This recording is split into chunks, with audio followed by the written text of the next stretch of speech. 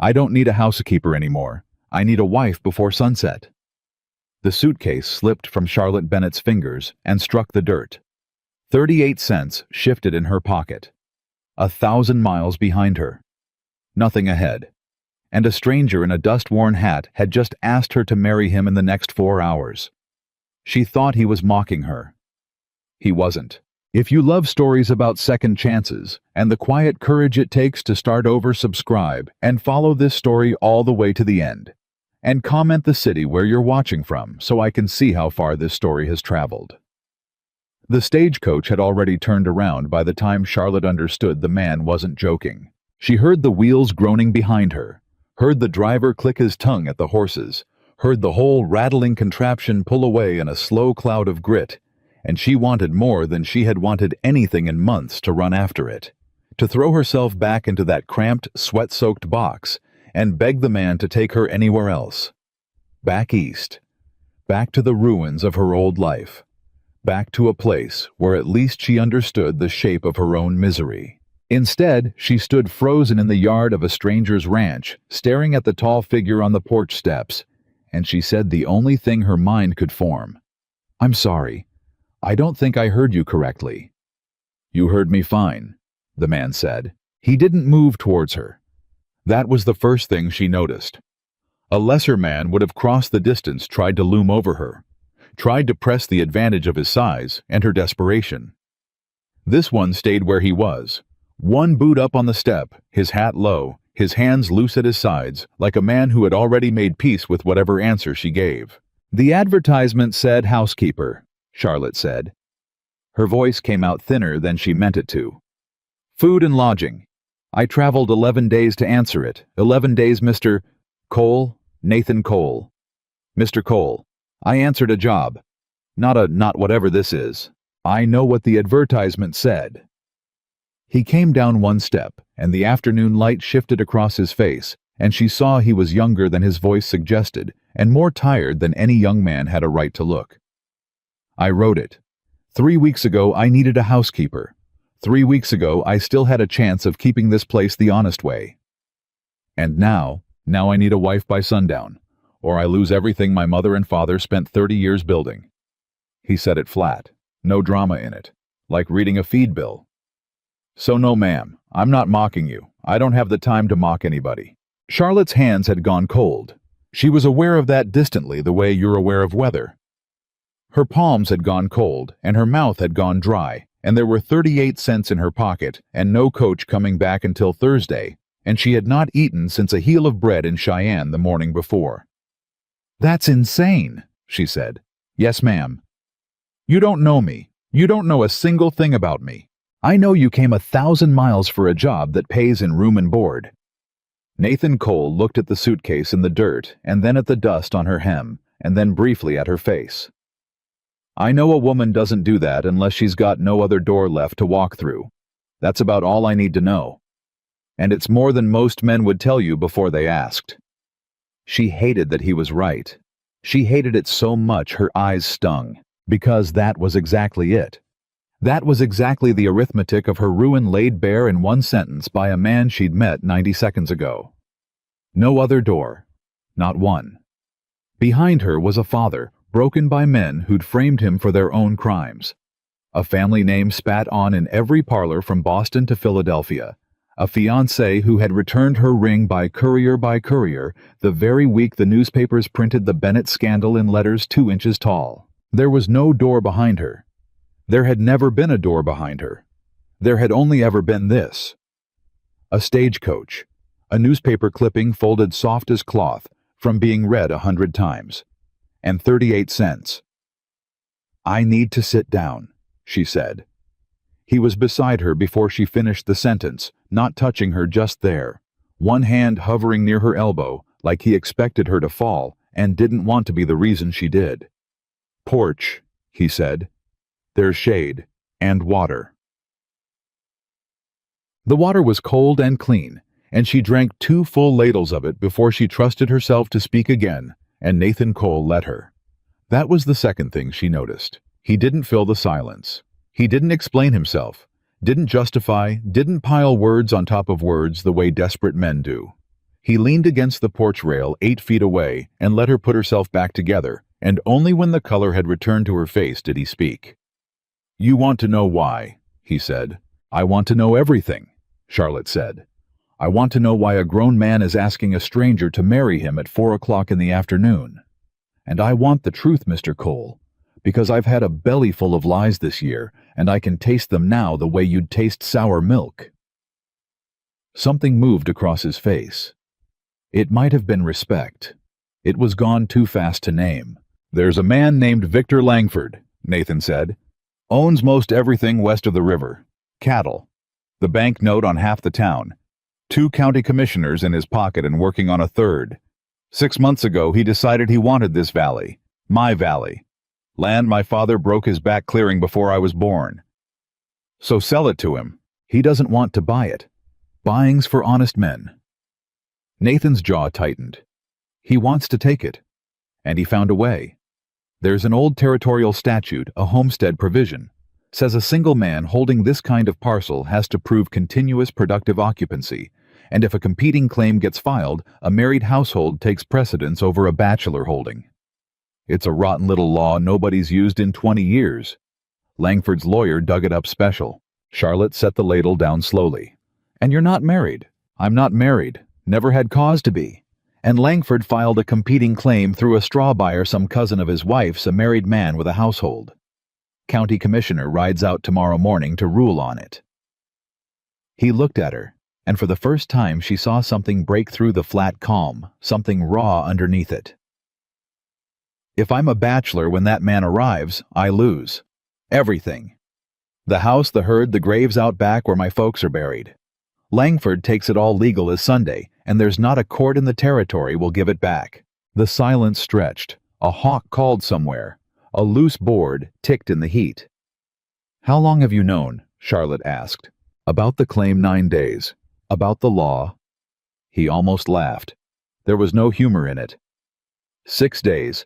I've spent 6 days riding to every farm in this valley trying to find a woman who'd stand up in a church with me. Widow Hargrove turned me down flat.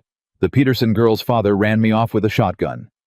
I asked a saloon woman in town, I'm ashamed to say it, but I did, and even she had better sense than to tie herself to a dead man's land. He shook his head. And then a stagecoach pulls into my yard, carrying a woman who answered an advertisement I forgot I ever placed. 6 days of no, and here you are. Ew. Here I am, Charlotte repeated faintly. I'm not going to pretend it's not desperate, Nathan said. It's the most desperate thing I've ever done.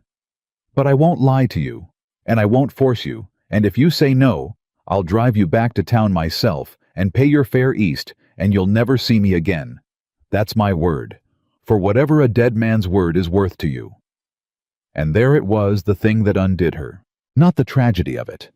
She'd had a year of tragedy. She'd developed calluses. It was the decency underneath the desperation. A drowning man going down for the last time, and still he was telling her the water was cold. Still he was offering to pay her fare away from him. She had known men who lied when they had everything to gain. This one told the truth when he had everything to lose. I want conditions, Charlotte heard herself say. Nathan went very still. Ma'am, you heard me fine, she said, and something almost like a smile pulled at the corner of her mouth, bitter and exhausted and alive. If I'm going to do the most foolish thing anyone in my family has ever done, and God knows we've set a high bar this year, then I want conditions, in writing, before I set one foot in that church. Name them. She named them at the kitchen table, and Nathan Cole wrote them down in a cramped, careful hand, and later Charlotte would think of that hour as the strangest business negotiation of her life. 2 strangers, a stub of pencil. The sun sliding lower in the window. Bargaining over the terms of a marriage neither of them wanted. Fair wages, she said. The same you'd have paid a housekeeper. A marriage doesn't turn a woman into free labor. Agreed. Write it $12 a month. 15. His pencil stopped. This ranch is 9 days from losing everything, and you're haggling me for $3. This ranch is 9 days from losing everything, Charlotte said evenly, which means you need me more than I need you. 15. He looked at her a long moment. Then he wrote 15, and beneath his hat brim, she thought she saw the first genuine flicker of something in his eyes that wasn't exhaustion. Equal authority over the household accounts, she went on. I don't work where I can't see the books. I've watched what happens when a household hides its ledgers from itself. My father's whole life came apart from bad books he trusted other men to keep. I won't sign into blindness. Agreed. And I leave whenever I choose. Not 2 years, not any fixed term. The day I decide to go, you drive me to the coach and you don't argue. That's my door, Mr. Cole. I'll not marry into a locked room. I've been in one. I know the shape of the walls. That one landed differently. She saw it land. He set the pencil down and looked at her with an attention he hadn't given her yet. Not the appraising look a man gives a woman, but the sober look one wounded creature gives another when it recognizes the wound. Whenever you choose, he said quietly. You have my word on that above all the rest. I'd sooner lose the ranch than keep a woman here against her will. I mean that. Write it however you need it written. And Charlotte, who had learned that year to trust nothing, and no one, felt something unclench in her chest that she had not expected to feel again.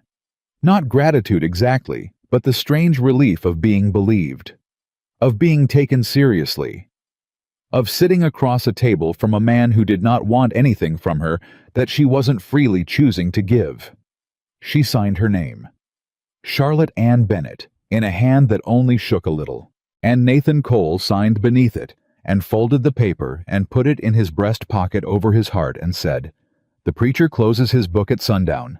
We've got maybe an hour. Can you be ready? I've been ready to leave one life or another for 11 days, Charlotte said. An hour is a luxury.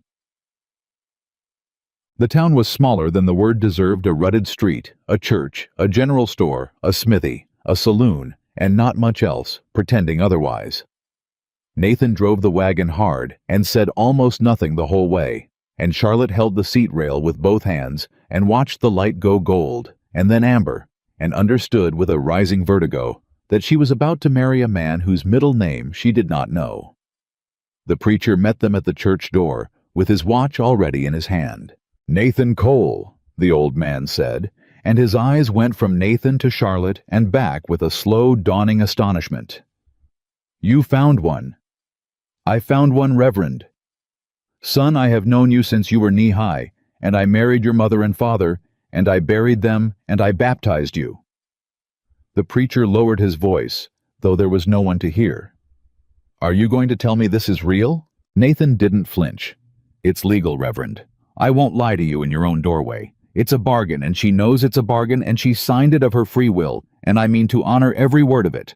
But it's legal, and it's honest, and if you close that book on us, it's the same as handing Victor Langford the deed yourself. The old man looked at Charlotte then, really looked at her. Young woman, he said, you understand what he's asking of you. I understand it better than he does, I expect, Charlotte said. I've read the terms twice. He's read them once. And the preacher, who had married the desperate and the foolish and the deeply in love across 40 years, and had learned that they did not always come clearly labeled, looked at this strange, dusty, iron-spined woman, and looked at the boy he'd baptized and let out a long breath. Then step inside, he said.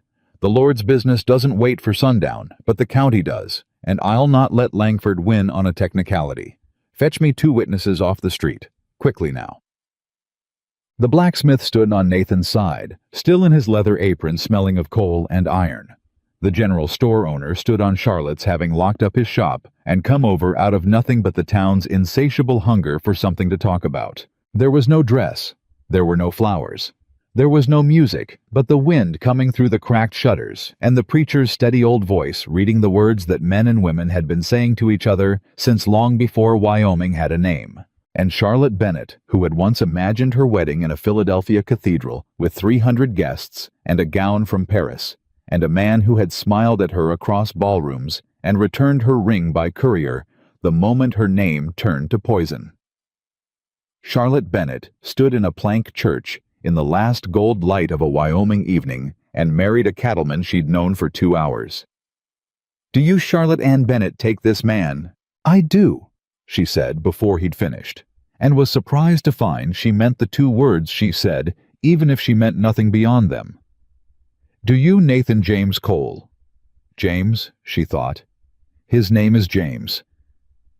"I do," Nathan said. "Then by the authority granted me by God and the territory of Wyoming, I pronounce you man and wife." The preacher closed his book. The last edge of the sun touched the horizon in the window behind him.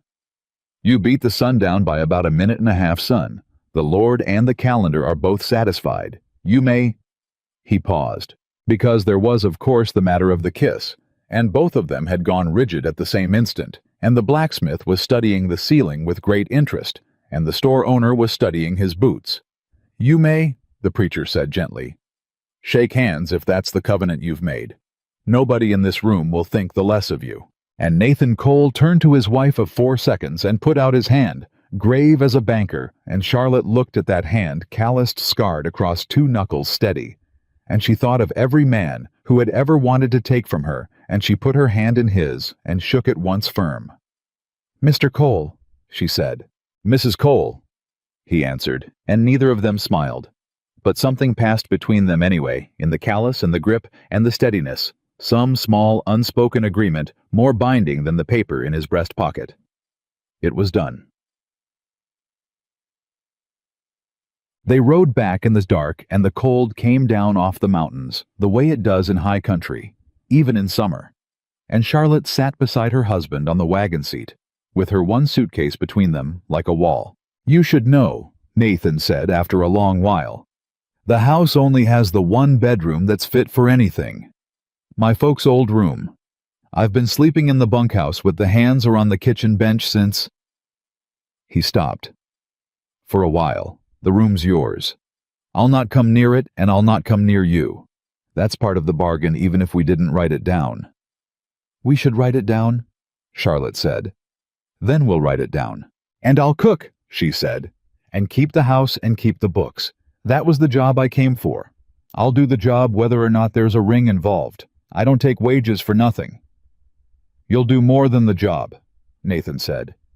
"You'll be the reason this place is still standing tomorrow afternoon. Don't sell that short." She didn't answer.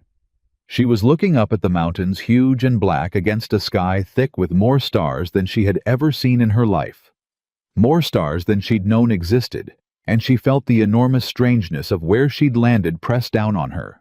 A married woman on a failing ranch in a territory 1,000 miles from every person who'd ever known her name. "You're safe," she told herself.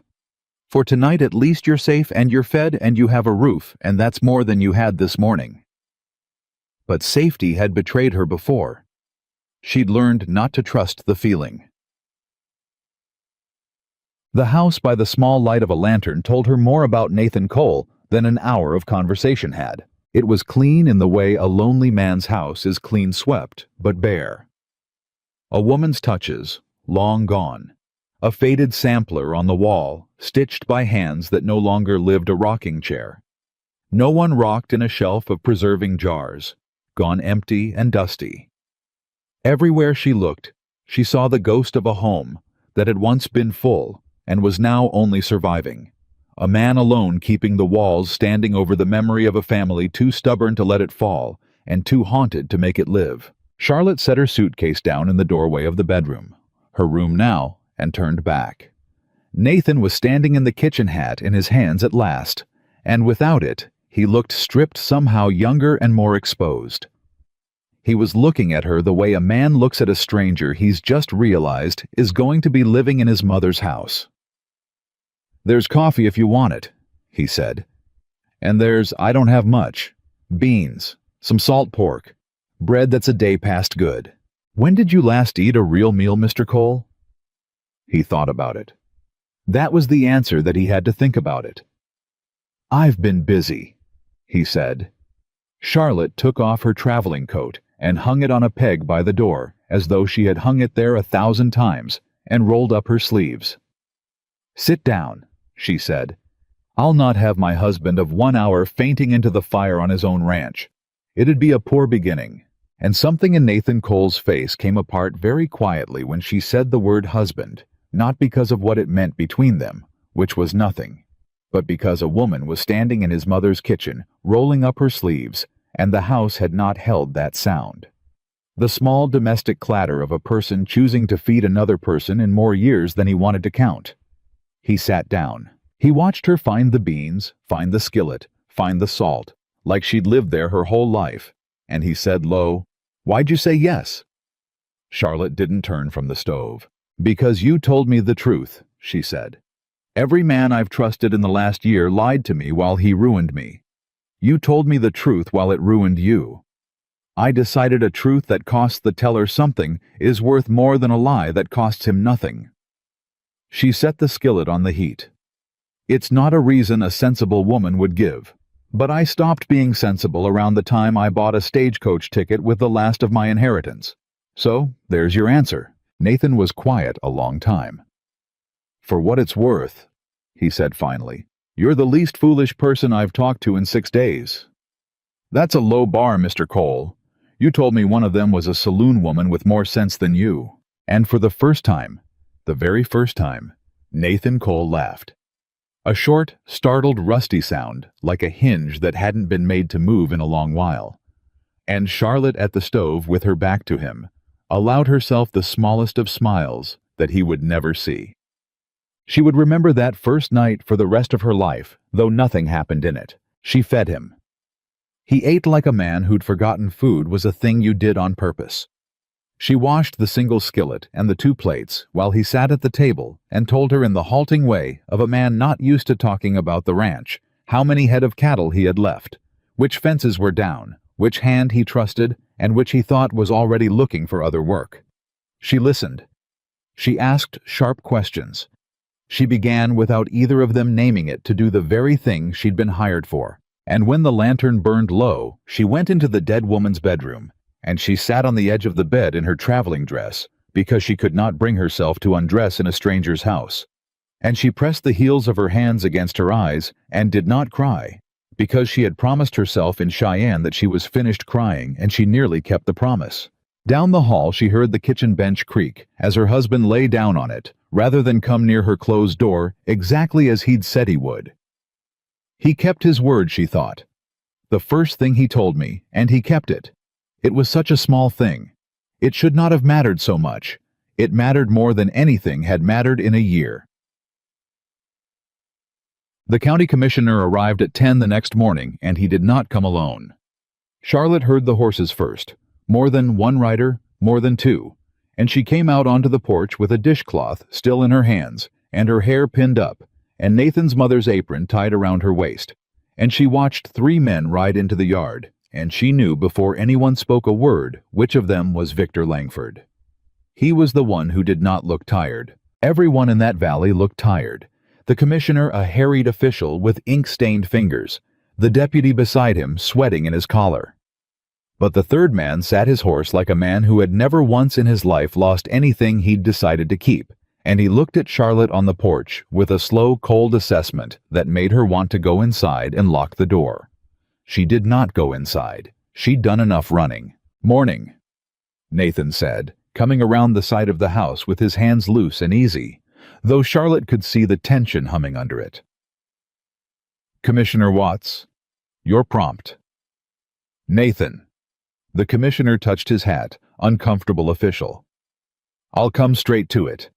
There's a competing claim on this parcel under the occupancy statute. I'm obligated to rule on it today. Mr. Langford's here on behalf of the filing party. On behalf of my wife's cousin," Langford said pleasantly. His voice was smooth as poured cream.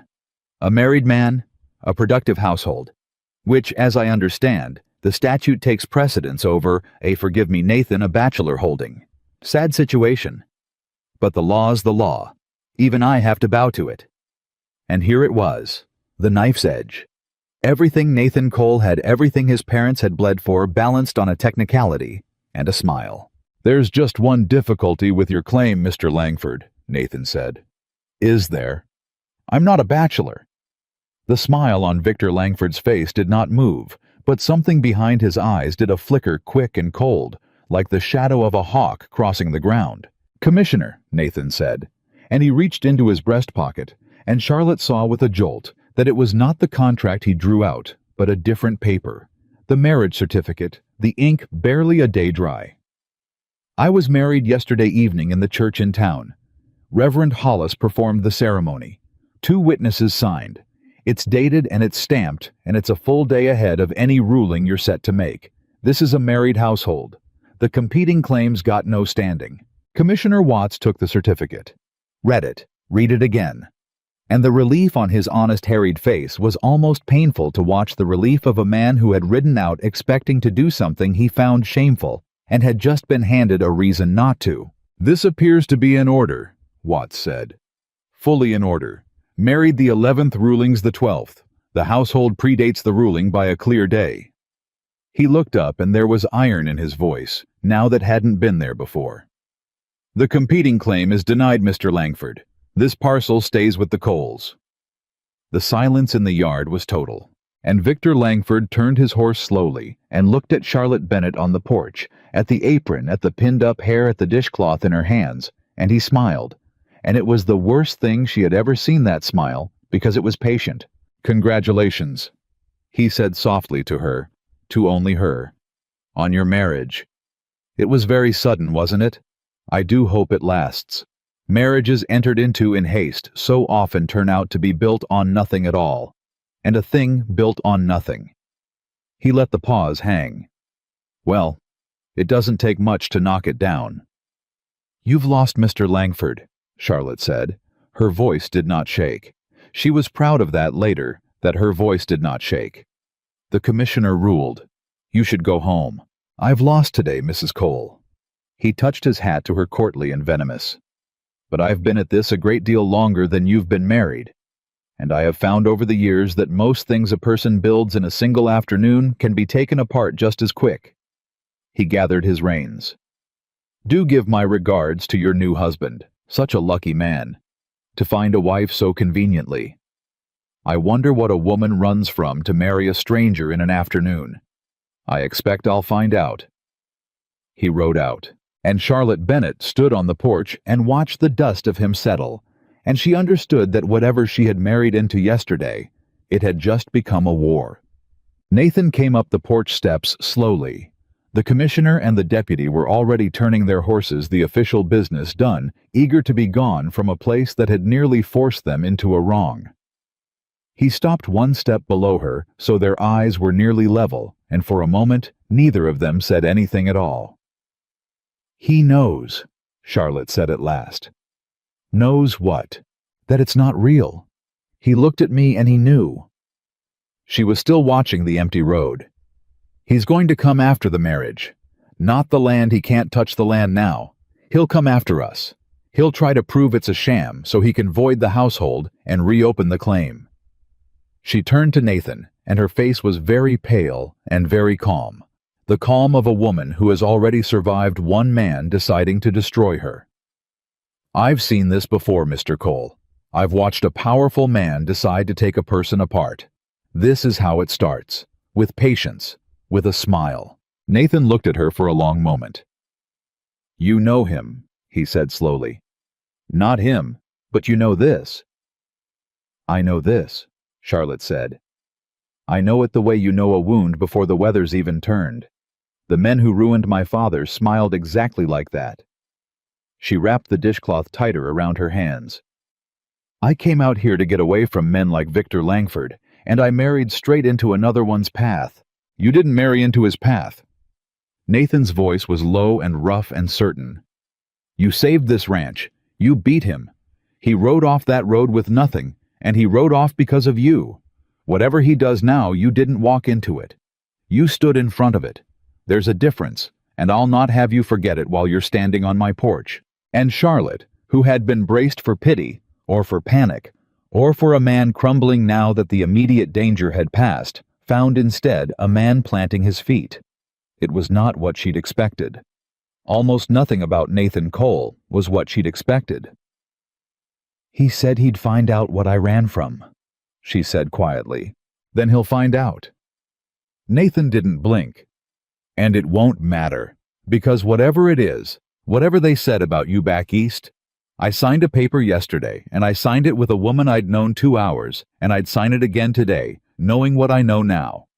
You beat Victor Langford before you'd had breakfast in my house. I don't much care what a Philadelphia newspaper thinks of a woman who can do that. Charlotte stared at him. I never told you I was from Philadelphia. Nathan went still. And into that stillness came the sound they'd both been half listening for, without knowing it. Hoofbeats again, a single rider this time, coming fast up the road from town. Not Langford, not the commissioner. Someone new riding hard, kicking up a long banner of dust, and as the rider drew close enough to see, Charlotte felt the ground tilt very slightly under her feet. Because she knew the way that man sat a horse. She had watched that man ride away from her once in another life on the worst morning of her year. She knew him. And Nathan Cole, watching his wife's face drain of every last drop of color, said in a voice gone suddenly hard, "Charlotte? Who is that?" She could not answer. The rider pulled up at the edge of the yard and swung down and pushed his hat back, and Charlotte Bennett heard her own name spoken in a voice she'd prayed never to hear again. A voice that had returned her ring by courier. A voice that belonged to a man who had no business, no possible honest business, being 1,000 miles from Philadelphia in the yard of a Wyoming ranch on the very morning her new life had begun. "Charlotte," the man said, breathless, urgent, as though no time at all had passed, as though he had any right to say it. Thank God I found you in time. You have to listen to me. You have no idea what you've married into. You have no idea who that man really is." And Nathan Cole stepped up onto the porch and put himself quietly and completely between his wife and the stranger in the yard. "Get off my land." Nathan Cole didn't raise his voice. He didn't have to. He said the 4 words the way a man says them when he means to be obeyed, and the stranger in the yard stopped 3 paces from the porch steps like he'd walked into a fence he couldn't see. "You don't understand," the man said. He was breathing hard from the ride, his fine eastern clothes gray with trail dust, and up close Charlotte could see what a year had done to him. The softness gone from around his eyes, replaced by something hungrier. "I'm not here to cause trouble. I'm here to save her. Charlotte." He tried to look past Nathan, tried to find her face. "Charlotte, tell him who I am." But Charlotte couldn't speak. She stood frozen with the dishcloth twisted white in her hands, and the whole ruined year rose up in her throat and choked her, because the last time she had heard that voice, it had come folded inside a note, in that same careful handwriting, saying, "Under the circumstances, I'm sure you'll understand. His name is Edward Ashby," she said finally. Her voice came out flat and strange, like it belonged to someone else. "He was my fiancé, until my father's name went into the papers. Then he was nothing at all." Nathan didn't take his eyes off Edward. "That's not the whole of it," Edward said quickly. "There were pressures, my family. You can't imagine the position I was in. So it's true." Nathan's voice was very quiet now. "You returned this woman's ring when she needed you, and you rode 1,000 miles to find her the same morning she got herself safe. That's a curious kind of loyalty, mister. Shows up right after the danger's past. I came because I heard what she was walking into." Edward's jaw tightened. "I have friends in the Territorial Land Office, Cole. I know exactly what you are. I know this ranch is drowning in debt. I know a man named Langford's been circling it like a buzzard. And I know a man that desperate will marry any woman fool enough to step off a coach and use her up and throw her out the day the papers clear." He looked at Charlotte, and his voice softened into something that had once made her believe him. "You married a drowning man, Charlotte. He didn't marry you. He grabbed you. There's a difference, and you're too proud to see it." And the terrible thing, the thing that made Charlotte's stomach turn over, was that he wasn't entirely wrong. That was exactly what she'd done. That was exactly the shape of the bargain. She'd married a drowning man to save herself from drowning, and any honest accounting of yesterday would have to admit it. And Edward Ashby had always known how to find the one true thing in a room and use it like a blade. "You're right," Charlotte said. Both men turned to her. "He was drowning. I stepped off a coach with 38 cents and nowhere left to go, and he needed a wife by sundown, and we made a bargain, and it saved us both." She lifted her chin. "Every word of that is true, Edward. And I'll tell you what else is true. In the 2 hours I knew him before I married him, that drowning man told me more truth than you told me in 3 years of courting." So if you rode 1,000 miles to inform me I married a desperate man, you're too late. I knew it before the preacher opened his book. I married him anyway. And I'd do it again standing here in front of you. Edward's face went white, then red. You don't mean that. I have never, Charlotte said, meant anything more. For a moment, nobody moved. A horse stamped. The wind pulled at the loose porch board. And then Edward Ashby did the thing that told Charlotte everything about who he had become. He stopped pleading, and his voice dropped low and ugly, and the mask came all the way off. Fine, he said. Play the loyal wife. But understand something, both of you. I didn't ride out here on sentiment. Langford's people found me in Cheyenne 2 days ago. They know who I am. They know what I was to her. He looked at Charlotte, and there was no love left in his face at all, only a cornered man's calculation. They offered me a great deal of money to swear an affidavit. That your marriage is a fraud. That you're a woman of ruined character who'd sign any paper for a roof. That I can testify to your arrangement. He swallowed. I told them I wanted to see you first. I told myself I'd give you a chance to come away clean before you sold me, Charlotte said softly, to the same kind of man who sold my father. Edward flinched like she'd struck him. Get off my land, Nathan said again. Last time I'll ask. You'll want to hear my price first, Edward said. And there it was, the real thing, the thing he'd come for. Because Langford's money is on the table whether I take it or not. But I'm a reasonable man. I'd rather be paid to stay quiet than paid to speak. So the question isn't whether I testify Cole. The question is, which of you pays me not to? 10. The silence that followed was the coldest thing Charlotte had ever felt. Because this was it laid bare in a dusty yard, the exact machine that had destroyed her family. A powerful man with money. A weak man with a price and a truth twisted just far enough to look like a lie in front of a court. She'd watched it grind her father to dust. She knew every gear of it. And now it had followed her 1,000 miles and set up shop in the yard of the one place she'd let herself feel safe. She waited for Nathan to answer, braced for it. Because a desperate man, a man drowning in debt, a man who'd just barely saved his land. That man might beg, might bargain, might try to scrape together money he didn't have to buy. Edward's silence. Instead, Nathan Cole laughed. It wasn't the rusty, startled laugh from the kitchen the night before. It was low and hard, and it made Edward Ashby take a step backward. Let me be sure I've got this, Nathan said. You rode 1,000 miles to shake down a man you were told is broke. You crossed half a continent to sell false witness against a woman you claim you came to save. And now you're standing in my yard on land that has 3 generations of my family buried in it, asking me which coward gets to pay you. He came down one step, then another. Mister, I wouldn't give you the price of your coach fare home. Not to save this ranch. Not to save my own neck. You want to know why? Edward said nothing. Because a man who can be paid to lie can always be paid a little more to lie differently. Nathan was on the ground now level with him, and though Edward was the taller man, he suddenly looked smaller. You go take Langford's money. Go on. Swear whatever affidavit he's bought. But you swear it knowing I'll be there in that same courtroom, and I'll stand up and I'll tell the judge exactly what happened in this yard this morning, how you offered to sell your testimony to the highest bidder before you decided what the truth even was. And then let's see whose word a jury believes.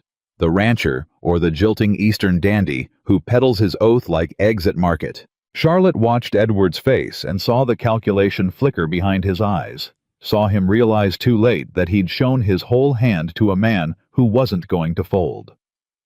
You'd never make it stick, Edward said, but the confidence had gone out of it. Maybe not, but I'd make it loud. Nathan's voice never rose. And a man in your line of work, a man who sells his word, can't afford loud. One town hearing about how Edward Ashby put his oath up for auction, and you're finished at every land office and bank on the eastern seaboard. So here's my offer since you came so far for one. He leaned in. You climb back on that horse. You ride back to Cheyenne. And you tell Victor Langford, that the well he sent you to poison is dry. That's the whole of it. That's the only deal you're getting off this porch." For a long, taut moment, Charlotte thought Edward might do something stupid. His hand twitched toward his coat, and Nathan saw it and went absolutely still, in the way of a man who has been in real fights and is not afraid of one more. Then Edward Ashby, who had never in his life been brave when it cost him anything, let his hand fall. "You'll regret this," he said. It came out thin. "I've got a whole list of regrets, mister."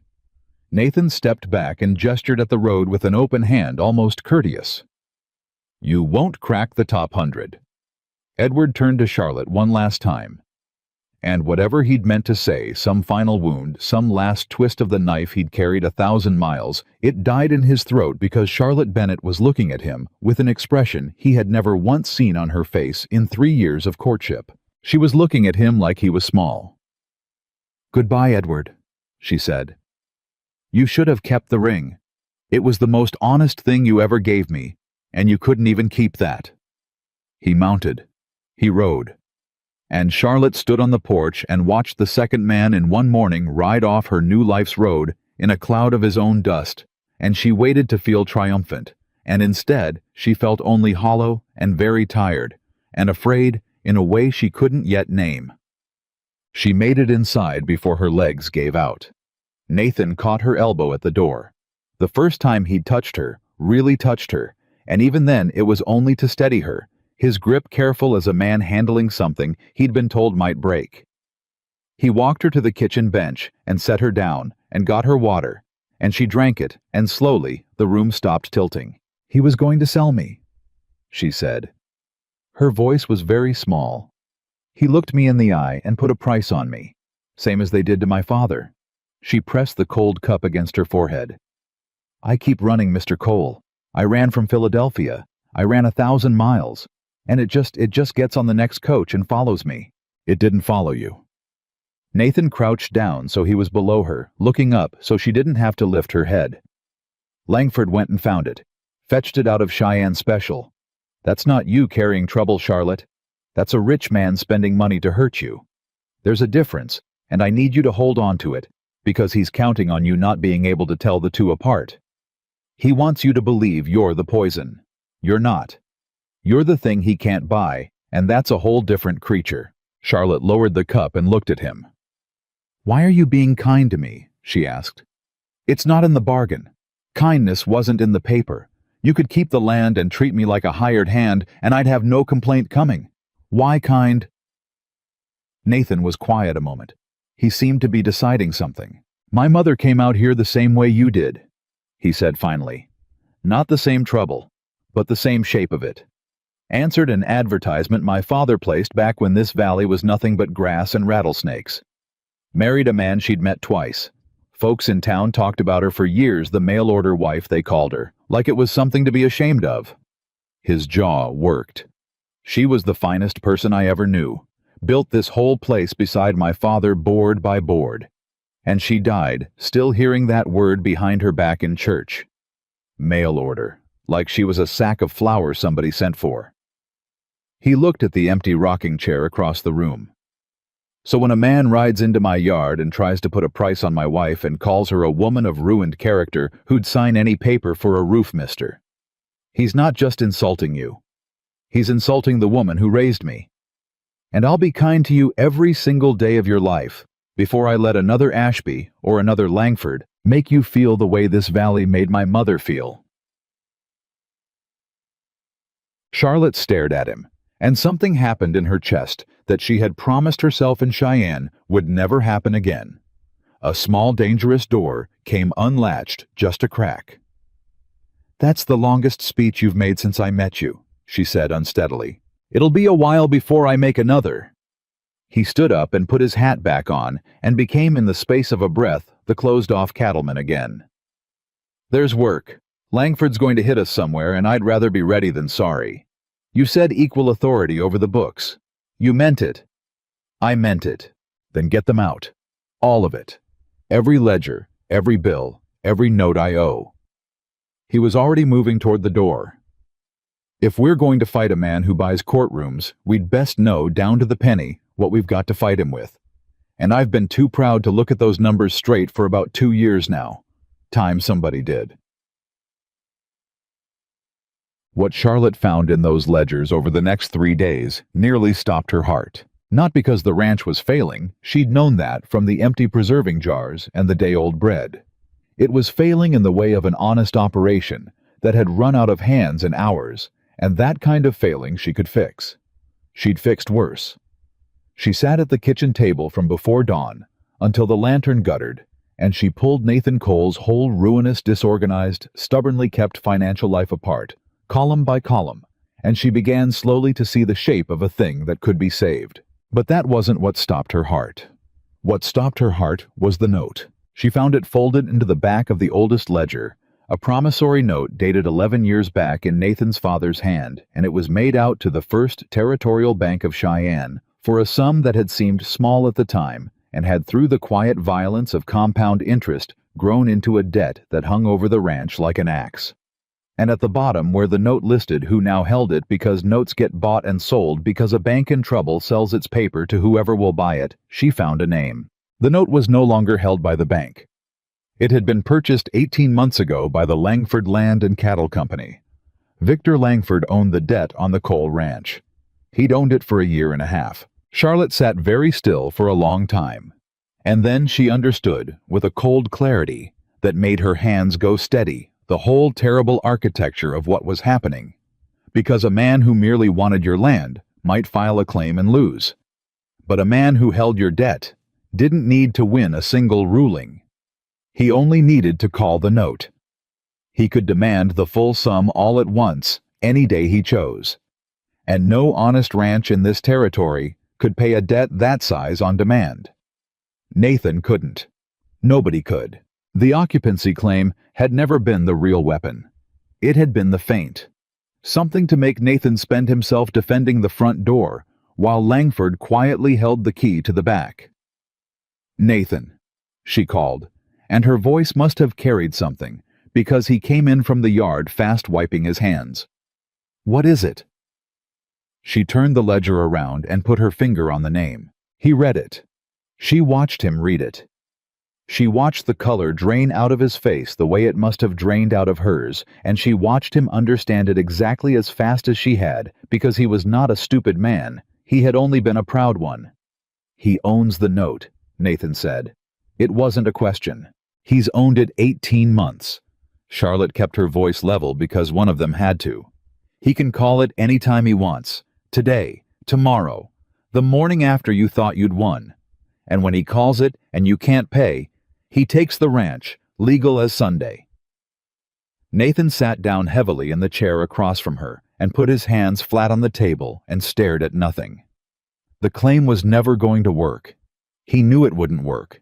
He filed it just to keep me looking one way. "While the real gun was already at your back," Charlotte finished.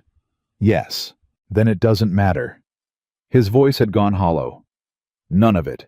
The marriage, the ruling, none of it. He can end this whenever he pleases. We didn't beat him yesterday. We made him smile and wait." He looked up at her, and for the first time she saw the bottom of his despair, the place beneath all that stubborn calm. "I dragged you into a fight that was already lost, Charlotte. I let you marry a dead man after all. He was right. Ashby was right."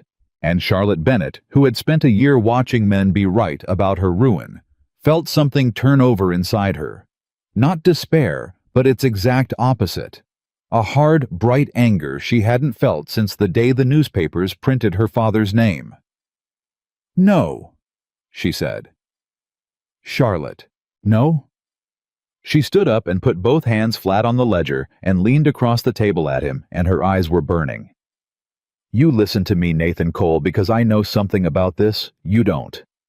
I sat in a room while lawyers took my father apart with exactly this kind of paper. Debt and notes and clever men who buy your ruin ahead of time. I watched it happen, and I was too young and too frightened to fight it, and my father died believing there was nothing anyone could have done." She was shaking now, but not with fear. "There's always something. A note bought in bad faith to strangle an honest man off his land. That's not just business. That's a scheme, and schemes have seams. And I have spent 1 entire year of my life learning where the seams are. So don't you dare sit at my table and tell me it's already lost. Don't you dare." Nathan looked up at her. And whatever he saw in her face, the fury, the certainty, the year of grief, turned suddenly into a weapon. It put something back into his that had gone out of it a minute before. "You think there's a seam?" he said slowly. "I think a man who buys a note in secret and sits on it 18 months is a man who doesn't want anyone asking how he came to own it." Charlotte's mind was moving fast now, faster than it had moved in a year, all the old sharp machinery she'd shut down out of grief roaring back to life. The First Territorial Bank of Cheyenne. Why did they sell your father's paper? Banks don't sell good notes on productive land. They sell paper when they're desperate or when someone leans on them. And the same man who bought your debt owns 2 county commissioners already. She looked at him. "Nathan, was that bank in trouble 18 months ago? I don't know. Maybe." There was talk. He was leaning forward now, caught up in it despite himself. There was talk that summer of the Cheyenne Bank nearly folding. Bad loans, they said. It got bought out, reorganized, new men on the board. "New men," Charlotte repeated softly. "I'd bet you this ranch that if we pull the record of who bought into that bank when it was drowning, who put up the money to save it, who got a seat on the board for their trouble, we'll find the same name that's on the bottom of your note. He didn't just buy your debt, Nathan. I think he engineered the trouble that let him buy it. And if he did..." Her eyes came up to his, bright and hard. "If he did, then that note isn't a debt at all. It's evidence of exactly what he did to a bank full of honest ranchers to get his hands on their land." The kitchen was silent, and then slowly, Nathan Cole began to smile. Not the hard laugh he'd given Edward Ashby, and not the rusty, startled thing from the first night, but something new, something that had hope in the middle of it. "You'd have made a hell of a lawyer," he said. "I'd have made a hell of a lot of things," Charlotte said, "if the world let women be them.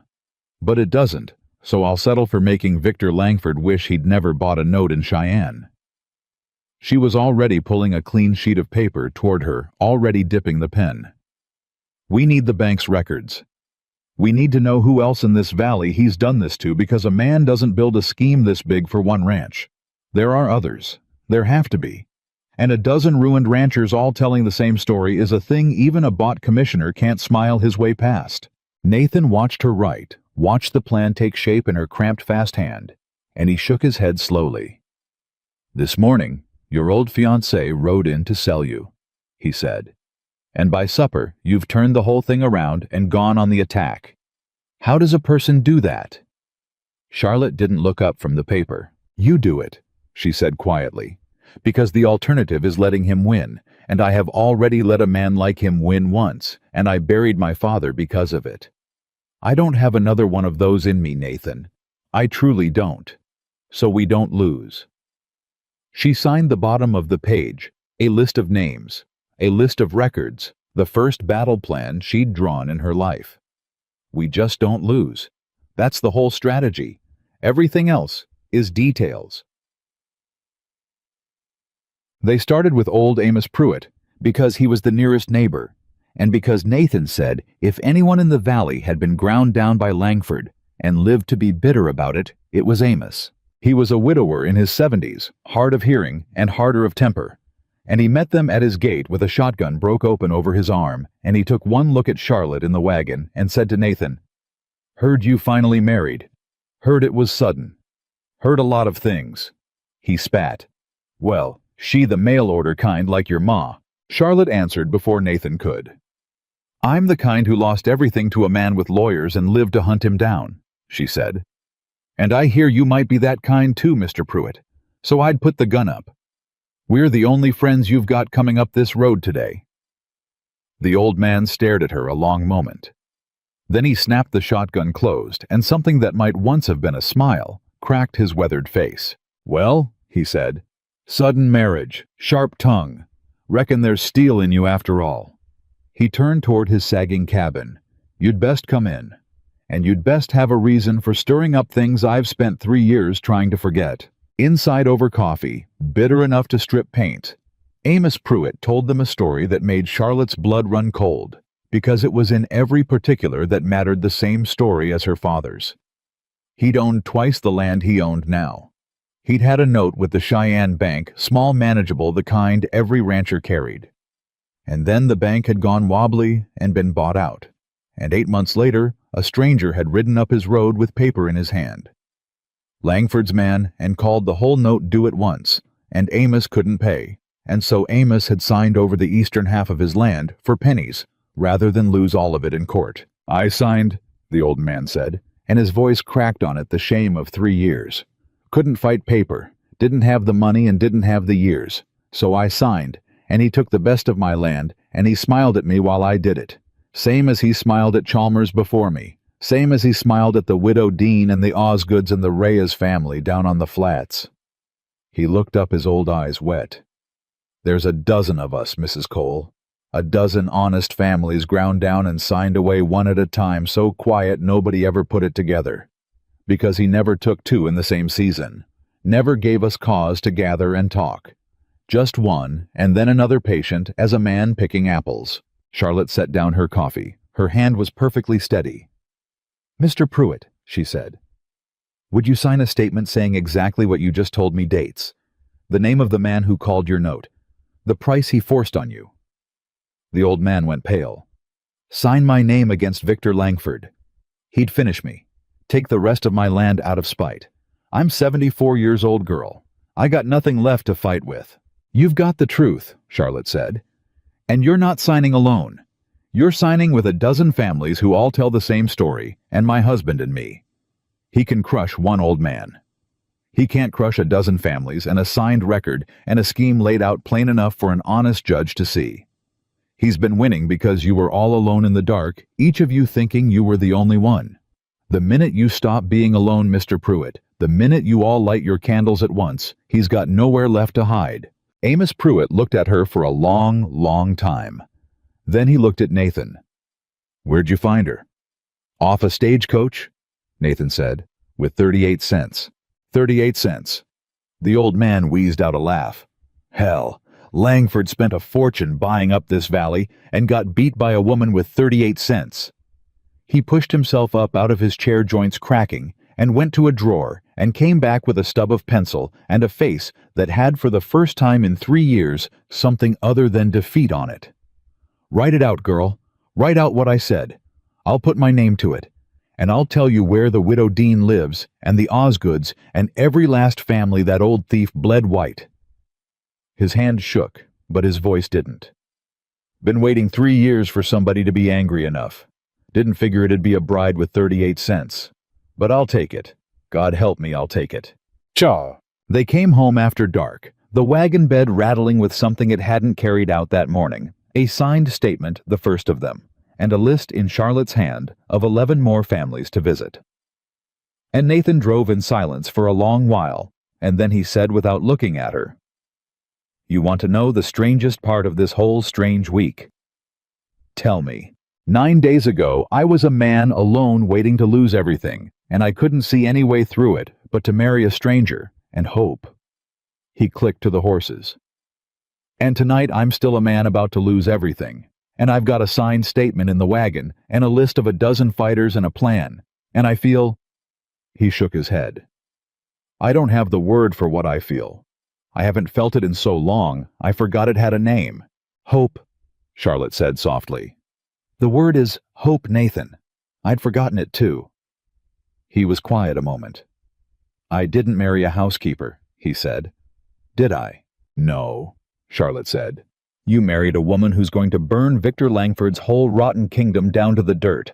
I just hadn't remembered I was her yet when I stepped off that coach. She was buried pretty deep under a year of grief." She looked up at the stars, the impossible spill of them. "You dug her back up, Nathan Cole. I don't know if you meant to, but you did." They rode the rest of the way in a silence that had for the first time no wall in it. But Victor Langford did not build a kingdom by being slow, and he had eyes in that valley that had been serving him for years, and he learned within 2 days that the new Mrs. Cole had ridden out to see Amos Pruitt, and then the Widow Dean, and then the Osgood place, and that everywhere she went, the ground she left behind was no longer quiet. So on the fourth day, when Charlotte and Nathan rode back into their own yard at dusk, with 2 more signed statements in the wagon, they found the front door of the house standing open. Nathan was off the wagon before it fully stopped moving fast and low, and Charlotte came behind him with her heart in her throat, and they went through the door together into a house that had been searched, not robbed. Searched. Every drawer pulled. The ledgers thrown across the floor. The mattress in the bedroom slashed open, its stuffing spilled like snow. Someone had come while they were gone and torn the house apart, looking for exactly one thing, and Charlotte knew what it was before Nathan said it, because she'd have looked for the same thing in Langford's place. "The note," Nathan said, kneeling in the wreck of the ledgers. "The original promissory note. The one with his company's name at the bottom showing he holds it." He looked up, and his face was grim. "It's gone, Charlotte. He sent someone to take it back. Without that paper, we can't prove he owns the debt, and without proving that, we can't tie him to the bank scheme at all. It was the whole thread, the one that unravels the rest." He sat back on his heels amid the ruin. "It's gone." But Charlotte Bennett was not looking at the wreckage. She was smiling. She was standing in the middle of her torn-apart home, and she was smiling the way a card player smiles when the man across the table finally overplays his hand.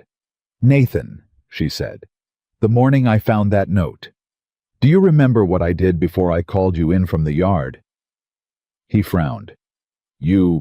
I don't know. You were sitting at the table, reading." "I read it," Charlotte said. "And then I did what my father never taught me to do until it was too late to save him. The one lesson I swore I'd never forget." She crossed to the wrecked kitchen, to the shelf of empty preserving jars his mother had left, and she reached to the very back behind the dusty glass and drew out a folded square of paper and held it up between 2 fingers. "I copied it," she said. "Every word. In my own hand, dated and witnessed by Amos Pruitt that same afternoon.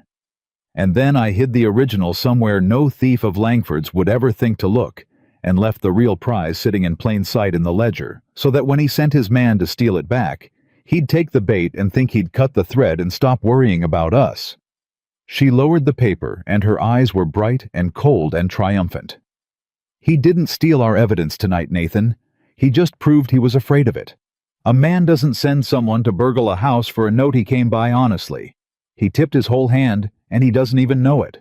Nathan Cole stood up slowly in the middle of his ruined kitchen and looked at his wife of 4 days. "Where's the original?" he said. "The real one." Charlotte's smile widened. "Somewhere Victor Langford would have to dig up his own guilty conscience to find," she said. "Which means it's safe forever. Now help me put this house back together, husband, because tomorrow we ride to Cheyenne. And we are going to find out exactly who saved that bank from drowning 18 months ago, and I already know whose name we're going to find at the bottom of the water." Cheyenne was 2 days' hard ride, and they made it in a day and a half, and the whole way Charlotte turned the plan over in her mind like a woman worrying a stone. The bank had been reorganized 18 months ago. New men on the board. Someone had put up the money to save it from folding, and that someone had gotten a seat at the table for their trouble, and Charlotte would have wagered her life she knew the name. But wagering wasn't proof. Proof lived in the incorporation records at the Territorial Clerk's office, a matter of public record that no one had ever bothered to read, because no one had ever thought to connect a drowning bank in Cheyenne to a dozen ruined ranches spread across a valley 100 miles away. No one but her. "There's a thing you should understand about men like Langford," she told Nathan as they rode into the outskirts of the city. "They're careful about the crime and careless about the paperwork. They cover the killing, but they sign the deed. Because the deed is the whole point. The land, the money, the power, they can't enjoy it if it's not in their name. So it's always in their name. Somewhere. You just have to be willing to read 100 boring pages to find the one line that hangs them." "And you've read 100 boring pages before," Nathan said. "I read 1,000, Charlotte said quietly. "Trying to save my father. I found the line that would have hanged the men who framed him. I found it 3 weeks after he died." She looked straight ahead. So don't tell me it can't be done, Nathan. I know it can be done. I just did it too late once. I'm not going to do it too late twice. Und. The territorial clerk was a small, dusty, unhurried man who clearly hadn't been asked to fetch anything in a hurry in years, and he brought them the incorporation records of the reorganized First Territorial Bank with the air of a man doing a great favor to people who wouldn't understand it. Charlotte understood it.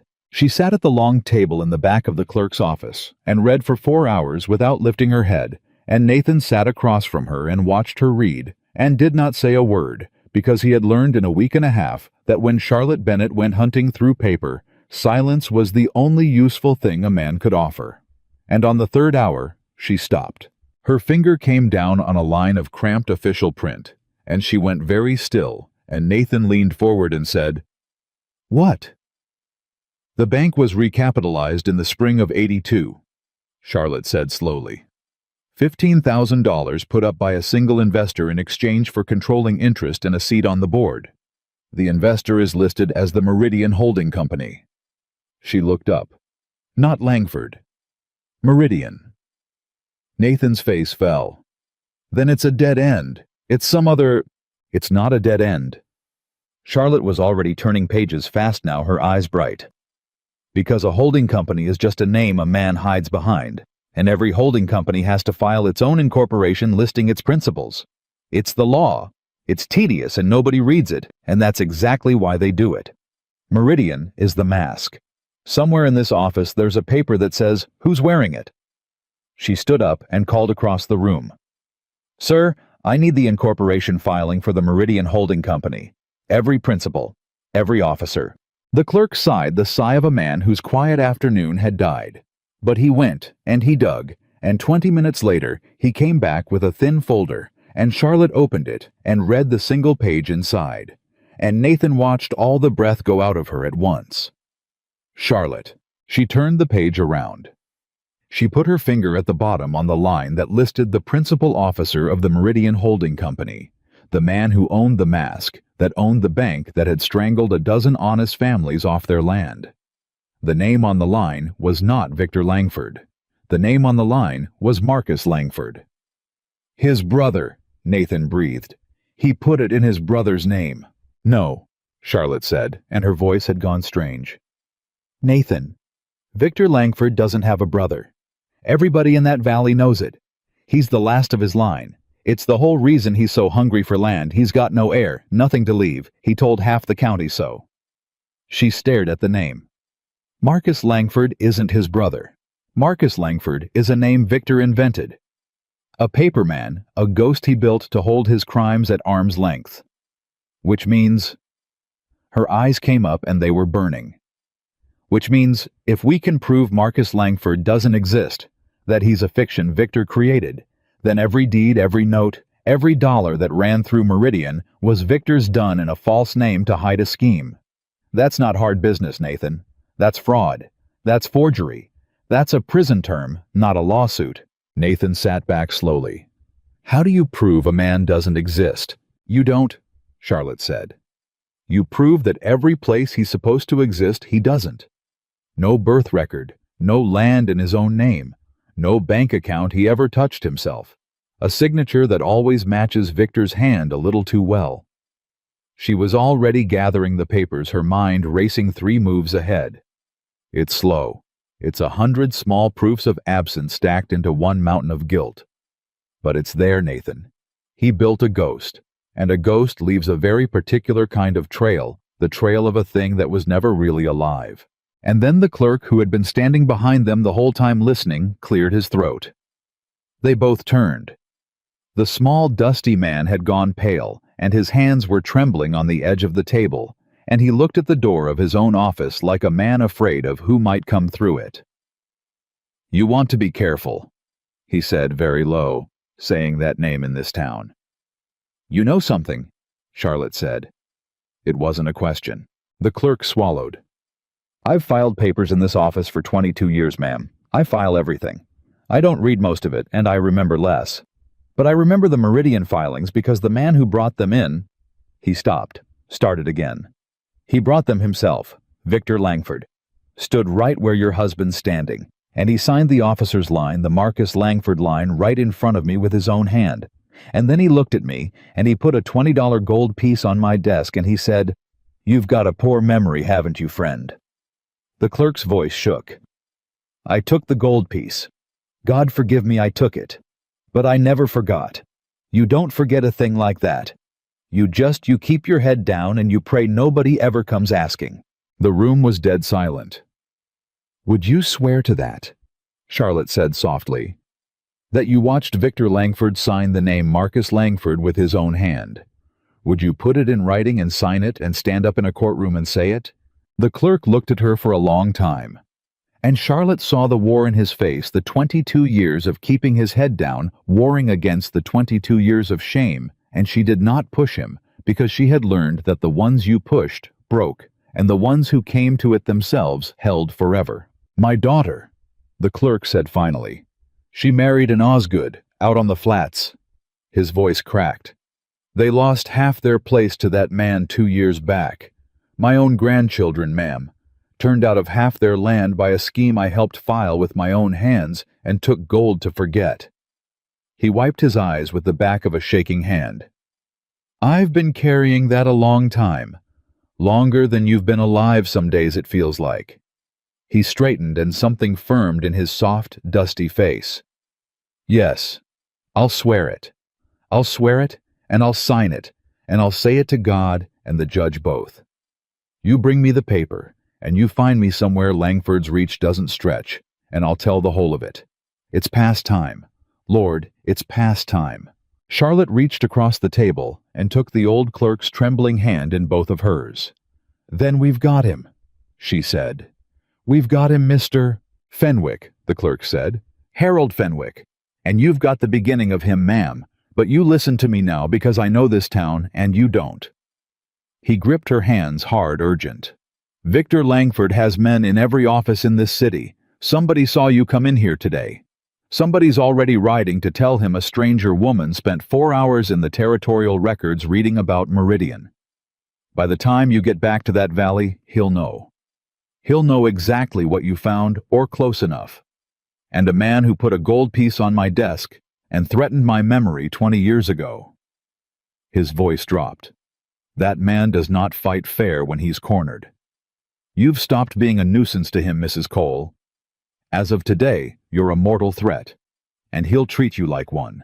Ta-ta-ta. They rode out of Cheyenne at first light with copies of everything, and Charlotte's mind should have been racing with strategy, but instead it kept circling back to one thing Fenwick had said, and about noon on the ride home, she finally spoke it aloud.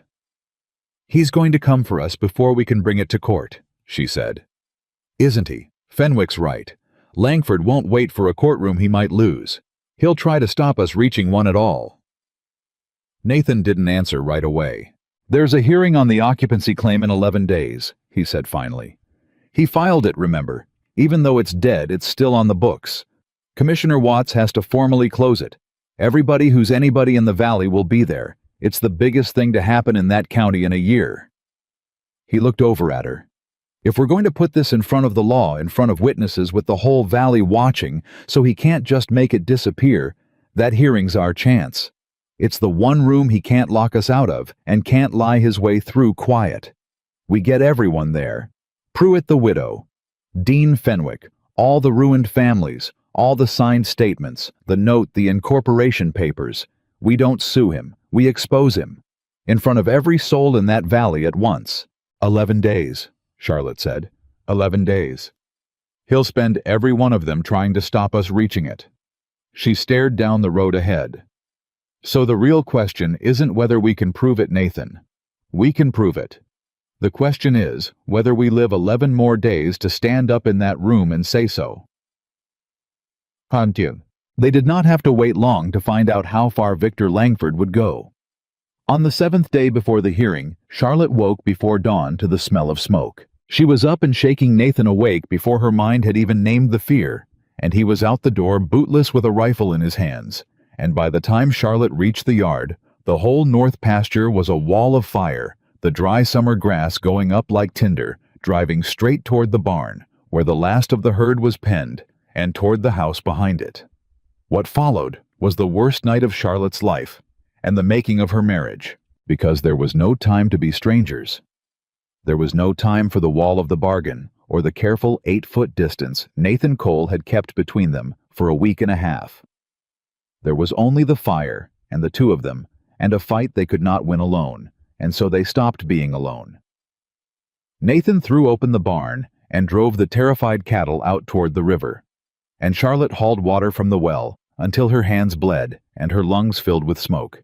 And when the fire jumped the wagon track and came for the house itself, they fought it side by side with wet blankets and buckets and the ragged, wordless coordination of two people who had suddenly, in a single burning hour, become one thing instead of two, and they were losing. The fire was too big and they were too few, and Charlotte felt the moment the fight tipped toward hopeless felt. Nathan feel it too. Saw him look at the house, his mother's house, his father's house, the graves out back, and saw him make the terrible calculation of a man deciding what to save and what to let burn. And then hoofbeats, many of them, coming out of the dark. Charlotte turned half-blind with smoke, certain it was Langford's men come to finish what the fire started, and instead she saw Amos Pruitt at the head of a dozen riders. The whole Broken Valley, the widow Dean and the Osgoods, and every family that had signed her statements, come pouring onto the Cole Ranch with shovels and blankets and barrels of water because word of the fire had run across the flats faster than the flames. "Heard you had a fire!" Old Amos bellowed, already off his horse and swinging a wet sack. "Figured it was the same snake that burned the rest of us out one by one. Well, he don't get to do it one by one. No more does he, girl, not no more." They saved the house. By the time the sun came up, the north pasture was a black ruin and the barn was half gone, and every soul in that yard was scorched and staggering.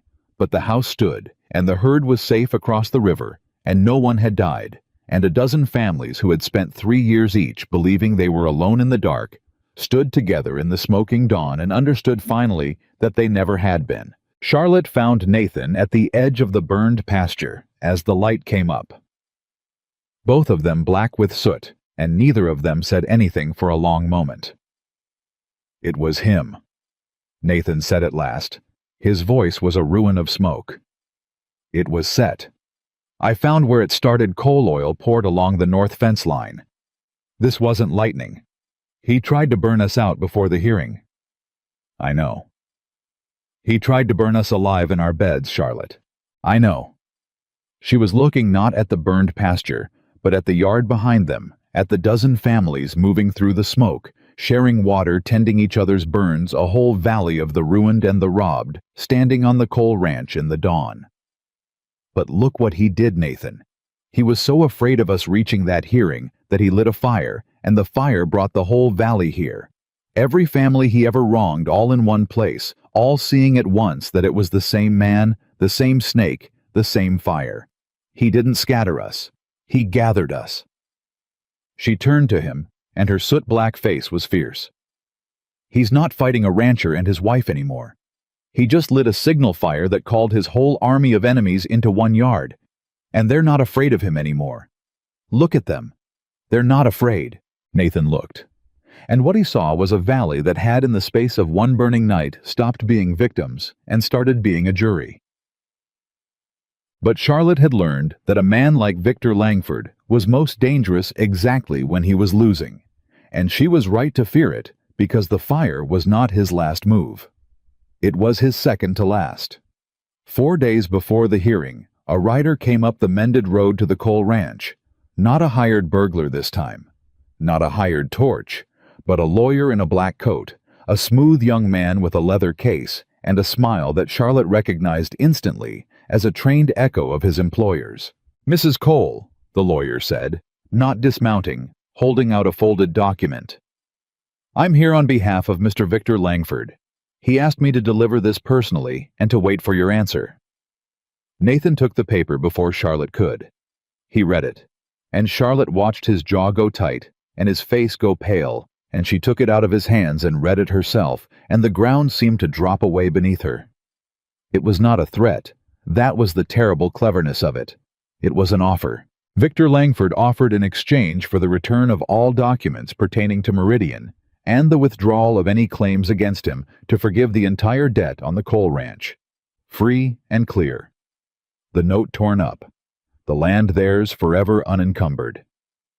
And more, he offered to purchase the ranch outright at 4 times its value. Enough money to make Nathan Cole and his wife wealthy for the rest of their lives. Enough to buy a fine house anywhere they chose. Enough to make the whole scorched nightmare of the past 2 weeks simply disappear. All they had to do was walk away, take the money, burn the Meridian papers, and let the valley go on believing whatever it wanted to believe. "He's buying us off," Nathan said very quietly. "The land free and clear and a fortune on top. Charlotte, that's more money than my father saw in his whole life. That's the ranch saved and set for good, and never having to fight another day." He stared at the paper. We could take it. We could take it and never worry about him again. Charlotte looked at her husband, and she understood in that moment that this was the real test, not the fire, not the burglary, not Edward Ashby. This, a man who had grown up watching his family bleed for this land, was being offered everything he'd ever fought for wrapped in a bow in exchange for one small silence. And she saw the pull of it on his face, the exhaustion of a man who had been fighting his whole life and was being offered at last permission to stop. "It's a good offer," Charlotte said carefully. "It's the best offer you'll ever get, Nathan. And I'll not decide it for you. It's your land, your family, your father's grave. If you take it, I'll stand beside you and never say a word against it, and we'll be rich and we'll be safe." She paused. "But I want you to understand exactly what he's buying. Because he's not buying our silence about the note. He can make the note disappear himself. He's buying our silence about the others. Pruitt, the widow Dean, the Osgoods, Fenwick's own grandchildren. Every family that signed a statement believing we'd carry it into that courtroom." Her voice was very steady. "If we take his money, we get everything. And they get nothing. He keeps their land forever, and they go on being robbed, and the only difference is that we got paid to look away." She met his eyes. "That's what 4 times the value costs Nathan. It costs them. That's the price. He just wrote it in a way where you don't have to see their faces when you pay it." The lawyer waited, smiling his borrowed smile. Nathan Cole stood in the yard of his family's ranch holding a fortune in one hand, and Charlotte watched him look out across the burned north pasture toward the road toward the flats where a dozen ruined families were waiting to hear whether the Coles would carry their fight or sell it. And then Nathan Cole handed the paper back to the lawyer without a word, and the lawyer's smile faltered. "Mr. Cole," the lawyer said, "I don't think you understand the magnitude of what's being—" "I understand it fine." Nathan's voice was quiet, and it was final. "You tell Victor Langford I said no. Not because I don't want the money. Lord knows I do. I've been broke my whole life, and he knows it. Tell him I said no because my mother came to this valley a stranger, same as my wife, and this whole county spent 30 years making her feel small over it. And she took it, and she never once fought back, because she didn't have anybody standing beside her." His jaw was set like stone. "Well, I've got somebody standing beside me now, and she's got a dozen families standing beside her, and I'm not going to be the man who takes a fortune to leave them in the dark my mother died in. You tell him that. Word for word. Tell him the Coles don't sell." The lawyer's smile was entirely gone now. "He told me you'd say something like that," the lawyer said, folding the paper away slowly. "He told me to give you a second message if you refuse the first." He gathered his reins. "He said to tell you that everything up to now has been business. Offers, papers, the ordinary give and take of men who want the same land." He looked down at them, and for the first time the borrowed smile showed its teeth. "He said to tell you that after today it stops being business. And he said you should ask your wife what happened to the last honest man who thought he could beat Victor Langford in a courtroom." The lawyer turned his horse. "He said she'd know. He said to ask her about her father." And he rode away. The silence in the yard after the lawyer's dust settled was the loudest silence of Charlotte Bennett's life, because Nathan Cole was staring at her now and she could see the question forming the terrible pieces sliding together in his mind, and she wanted to run from it, the way she'd wanted to run from everything for a year, and there was nowhere left to run.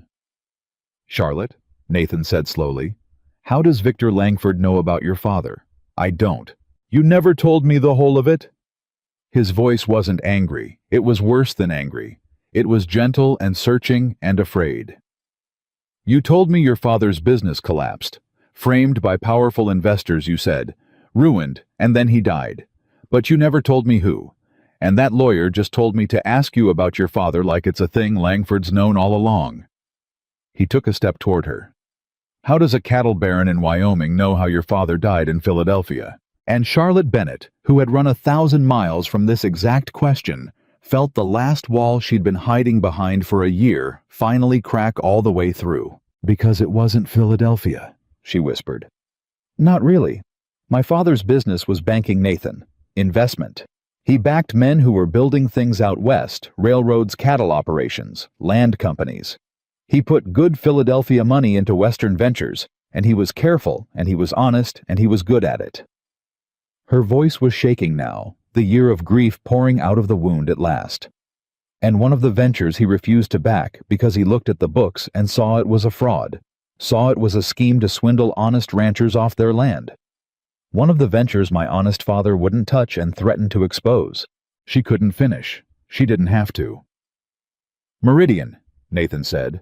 The word fell out of him like a stone. "Your father found Meridian." "He found it," Charlotte breathed, 3 years ago. "He found the scheme before it was even finished, and he wrote letters, and he threatened to bring it to the authorities, and then—" Her face crumpled. "And then the papers back east printed that my father was the fraud, that he was the swindler. All the crimes he'd found laid at his own door so perfectly that no one believed him when he swore otherwise. His partners abandoned him. Edward left me. The name went into the mud. And my father—" Her voice broke entirely. "My father died believing he'd failed. Believing there was nothing anyone could do against men that powerful. Believing the truth he'd found had died with his ruined name."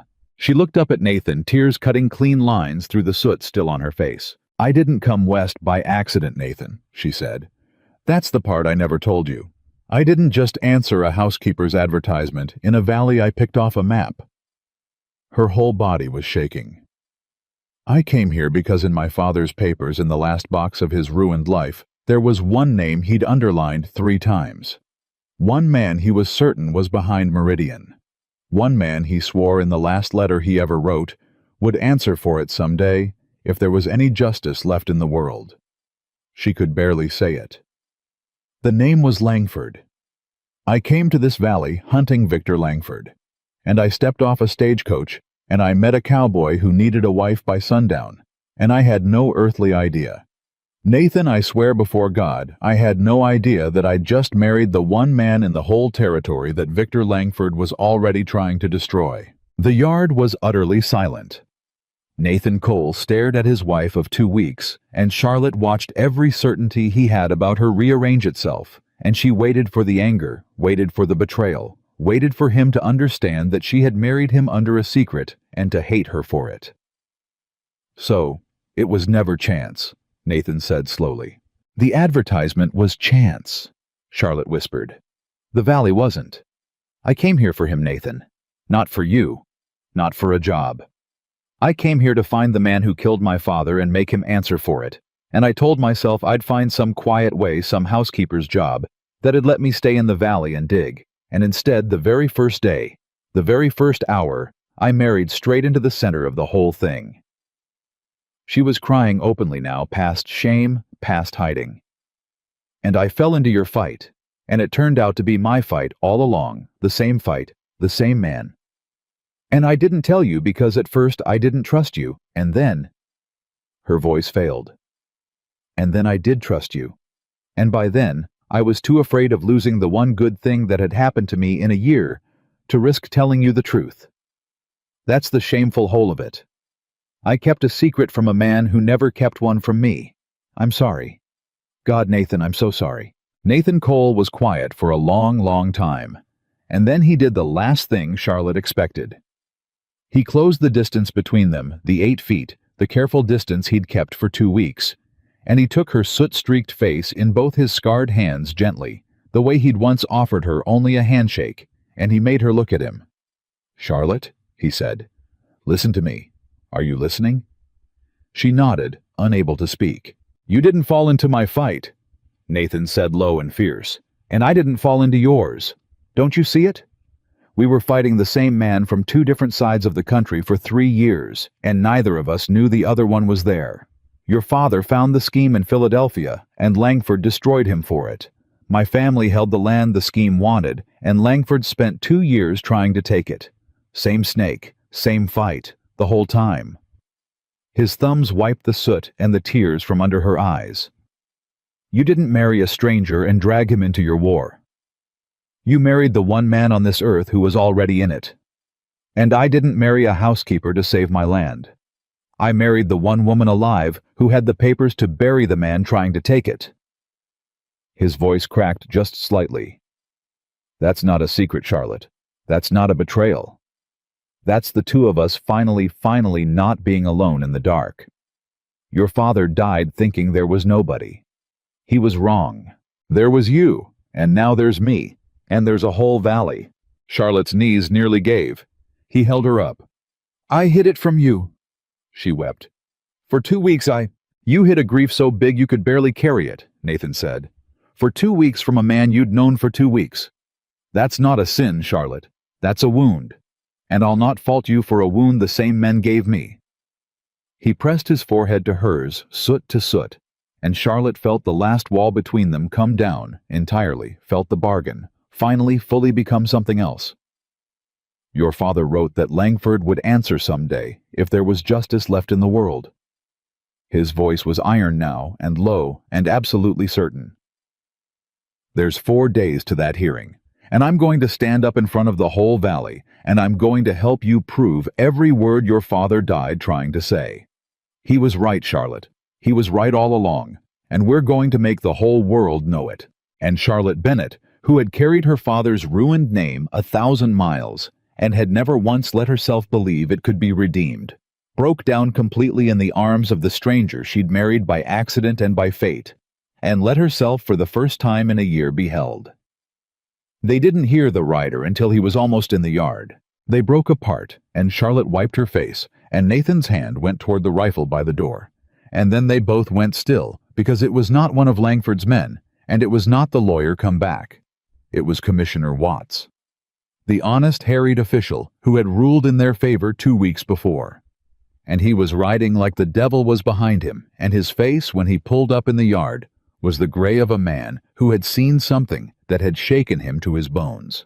"Cole," Watts said before he was even off his horse. "Mrs. Cole, thank God you're both still. I rode straight here. I didn't stop, He swung down breathless. "It's the hearing. The occupancy hearing 4 days out. Langford's had it moved up. He's pulled every string he owns in the territorial government, and he's had it moved up." "Moved up to when?" Nathan said. Commissioner Watts looked at them, and Charlotte saw in his face that whatever hope they'd been building toward for 2 weeks had just been yanked out from under them. "Tomorrow," Watts said. "The hearing's tomorrow morning, and that's not the worst of it." He swallowed. "He's not just closing the occupancy claim anymore. He's added a new filing to be heard the same session. A petition to have your marriage declared fraudulent and void with a sworn affidavit already on file to support it." The commissioner's voice dropped. "Signed and witnessed by a man named Edward Ashby." They had one night to do what Charlotte had planned to do over 4 careful days, to gather a dozen scattered families to bring Harold Fenwick 100 miles from Cheyenne, to organize a mountain of evidence into an argument even a bought commissioner couldn't wave away.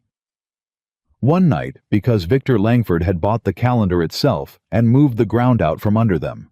Charlotte stood in the yard with the commissioner's dust still hanging in the air, and Nathan watched her, and he saw the exact moment she stopped grieving and started fighting. "Then we don't sleep," she said. "Charlotte, we don't sleep and we don't panic, and we use the one thing he didn't count on." She turned to Watts sharp and fast. "Commissioner, You rode here to warn us. That means you're not his. That means somewhere under all that string pulling, there's still an honest man holding the gavel. Am I right?" Watts hesitated. Then slowly he nodded. "He owns the 2 commissioners west of the river. He does not own me. He thinks moving the date up gives him a room full of his own people, and no time for you to bring yours." The official's jaw tightened. He forgot that I set the order of business in my own hearing. I can't stop his filings, but I can decide what gets heard first and how long each side gets to speak and whether I allow testimony from the floor. He looked at them grimly. It isn't much, but it's the one thing he couldn't buy because he didn't think he needed to. If you can get your people to that hearing by morning, I'll give you room to be heard. That's my word. It's the same word I gave 2 weeks ago, and I've been ashamed every day since of how close I came to breaking it. Then here's what we do, Charlotte said, and the plan came out of her whole and fast. A year of buried strategy finally set loose. "Nathan, you ride to Pruitt tonight. He knows every family in this valley, and they'll come for him when they won't come for us. Every family that signed, every family that was robbed, I want them in that hearing room by dawn, statements in hand. Watts, you ride back and hold that gavel honest, and you find a way to seat Fenwick if he makes it. And I—" She stopped. "And you what?" Nathan said. "And I deal with Edward," Charlotte said quietly. "Because his affidavit is the one thing that can void this marriage. And if the marriage voids, the whole household defense collapses, and Langford reopens the land claim, and every other thing we've built falls with it. The evidence against Meridian doesn't matter if we're not a lawful household with standing to bring it." Her eyes were hard. "Edward's the crack in the whole wall, and I'm the only one who knows how to close it because I'm the only one who knows exactly what kind of coward he is. He's 100 miles gone by now," Nathan said. "Or in Langford's pocket in Cheyenne." "No." Charlotte shook her head slowly. "He's not gone. A man like Edward doesn't sign a false affidavit and ride away clean. He signs it, and then he sits somewhere close, sweating, waiting to see if it works, terrified of what he's done, and even more terrified of not getting paid for it." She was already thinking 3 moves ahead. "He's in town, at the hotel or the saloon, close enough to collect from Langford the moment the marriage voids. That's where cowards wait. Nathan, as close to the money as they dare, and no closer to the danger than they have to be." She reached out and gripped his arm. "Go to Pruitt. Bring me an army by morning. Let me handle the coward. I've been handling his kind my whole life. It's the one thing I'm truly good at." Captain Egg. She found Edward Ashby exactly where she said he'd be, in the corner of the town's only hotel dining room, a bottle in front of him, a man drinking to quiet a conscience that wouldn't stay quiet. He looked up when she walked in, and the naked fear on his face told her everything.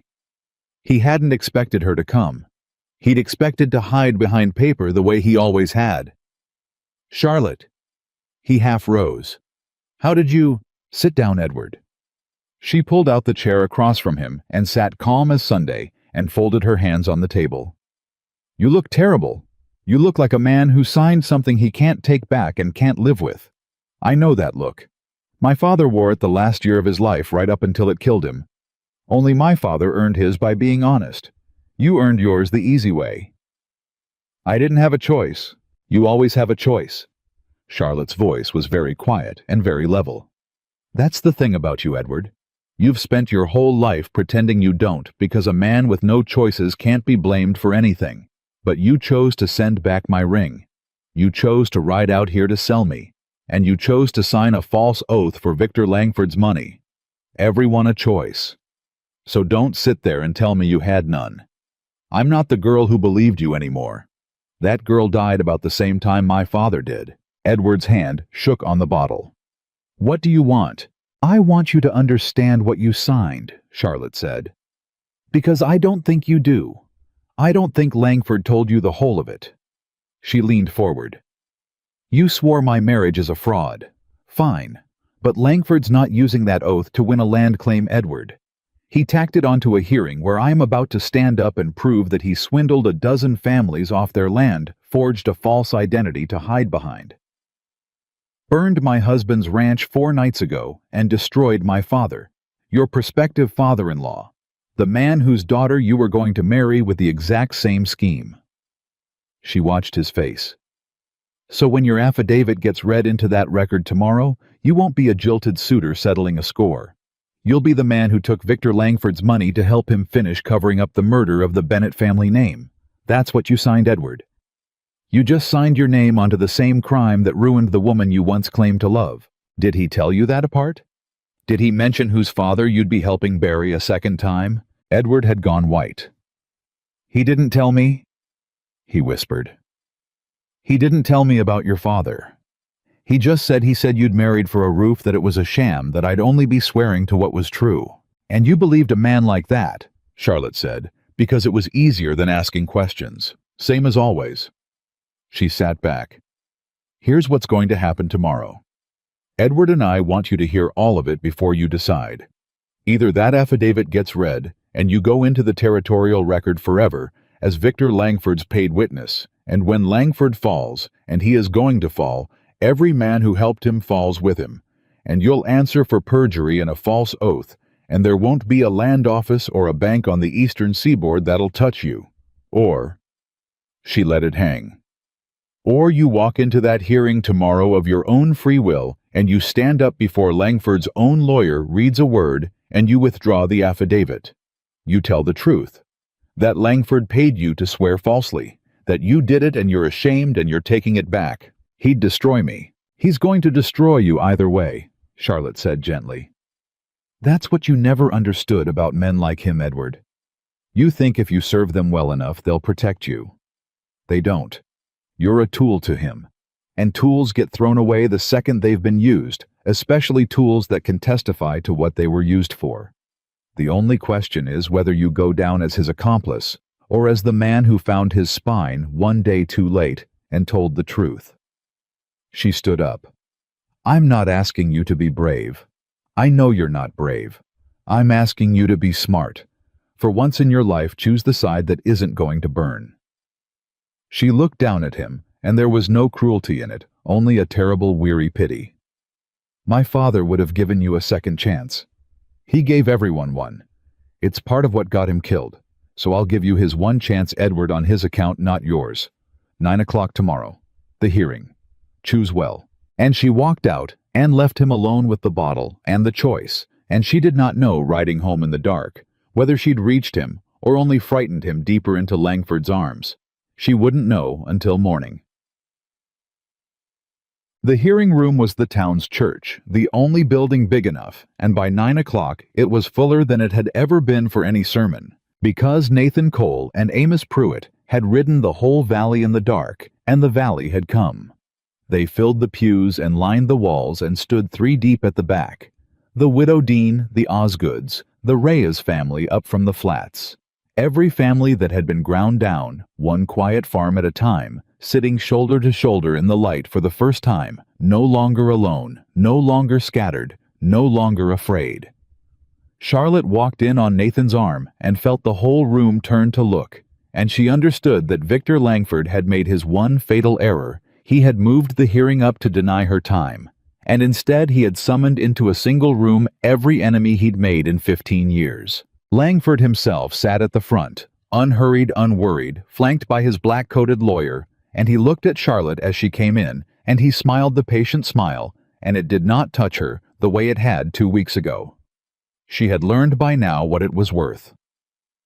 Commissioner Watts took his seat, and he set his gavel down, and he looked out over the packed room with the face of a man who had decided finally which kind of official he was going to be. This session is called to order, Watts said. We have 2 matters, the closing of an occupancy claim on the Cole parcel and a petition to void the Cole marriage. Mr. Langford's counsel has filed both. He paused. I'll hear the petition to void first, as it bears on standing for all that follows. Counsel, you may present your affidavit. The black-coated lawyer rose smoothly and lifted a paper. Thank you, Commissioner. We have a sworn statement from a Mr. Edward Ashby, formerly of Philadelphia, attesting that the marriage between Nathan Cole and the woman known as Charlotte Bennett is a fraudulent arrangement entered into solely to defeat a lawful land claim, and that as such. I'd like to withdraw that affidavit. The voice came from the back of the room, and the whole church turned as one, and Charlotte's heart stopped in her chest. Edward Ashby was standing in the doorway. He was pale, and his hands were shaking, and he looked like a man walking to his own hanging. But he was standing, and he had spoken, and he came down the aisle now, on unsteady legs, with every eye in the valley on him. "Commissioner," Edward said, and his voice cracked and he pushed through it. "My name is Edward Ashby.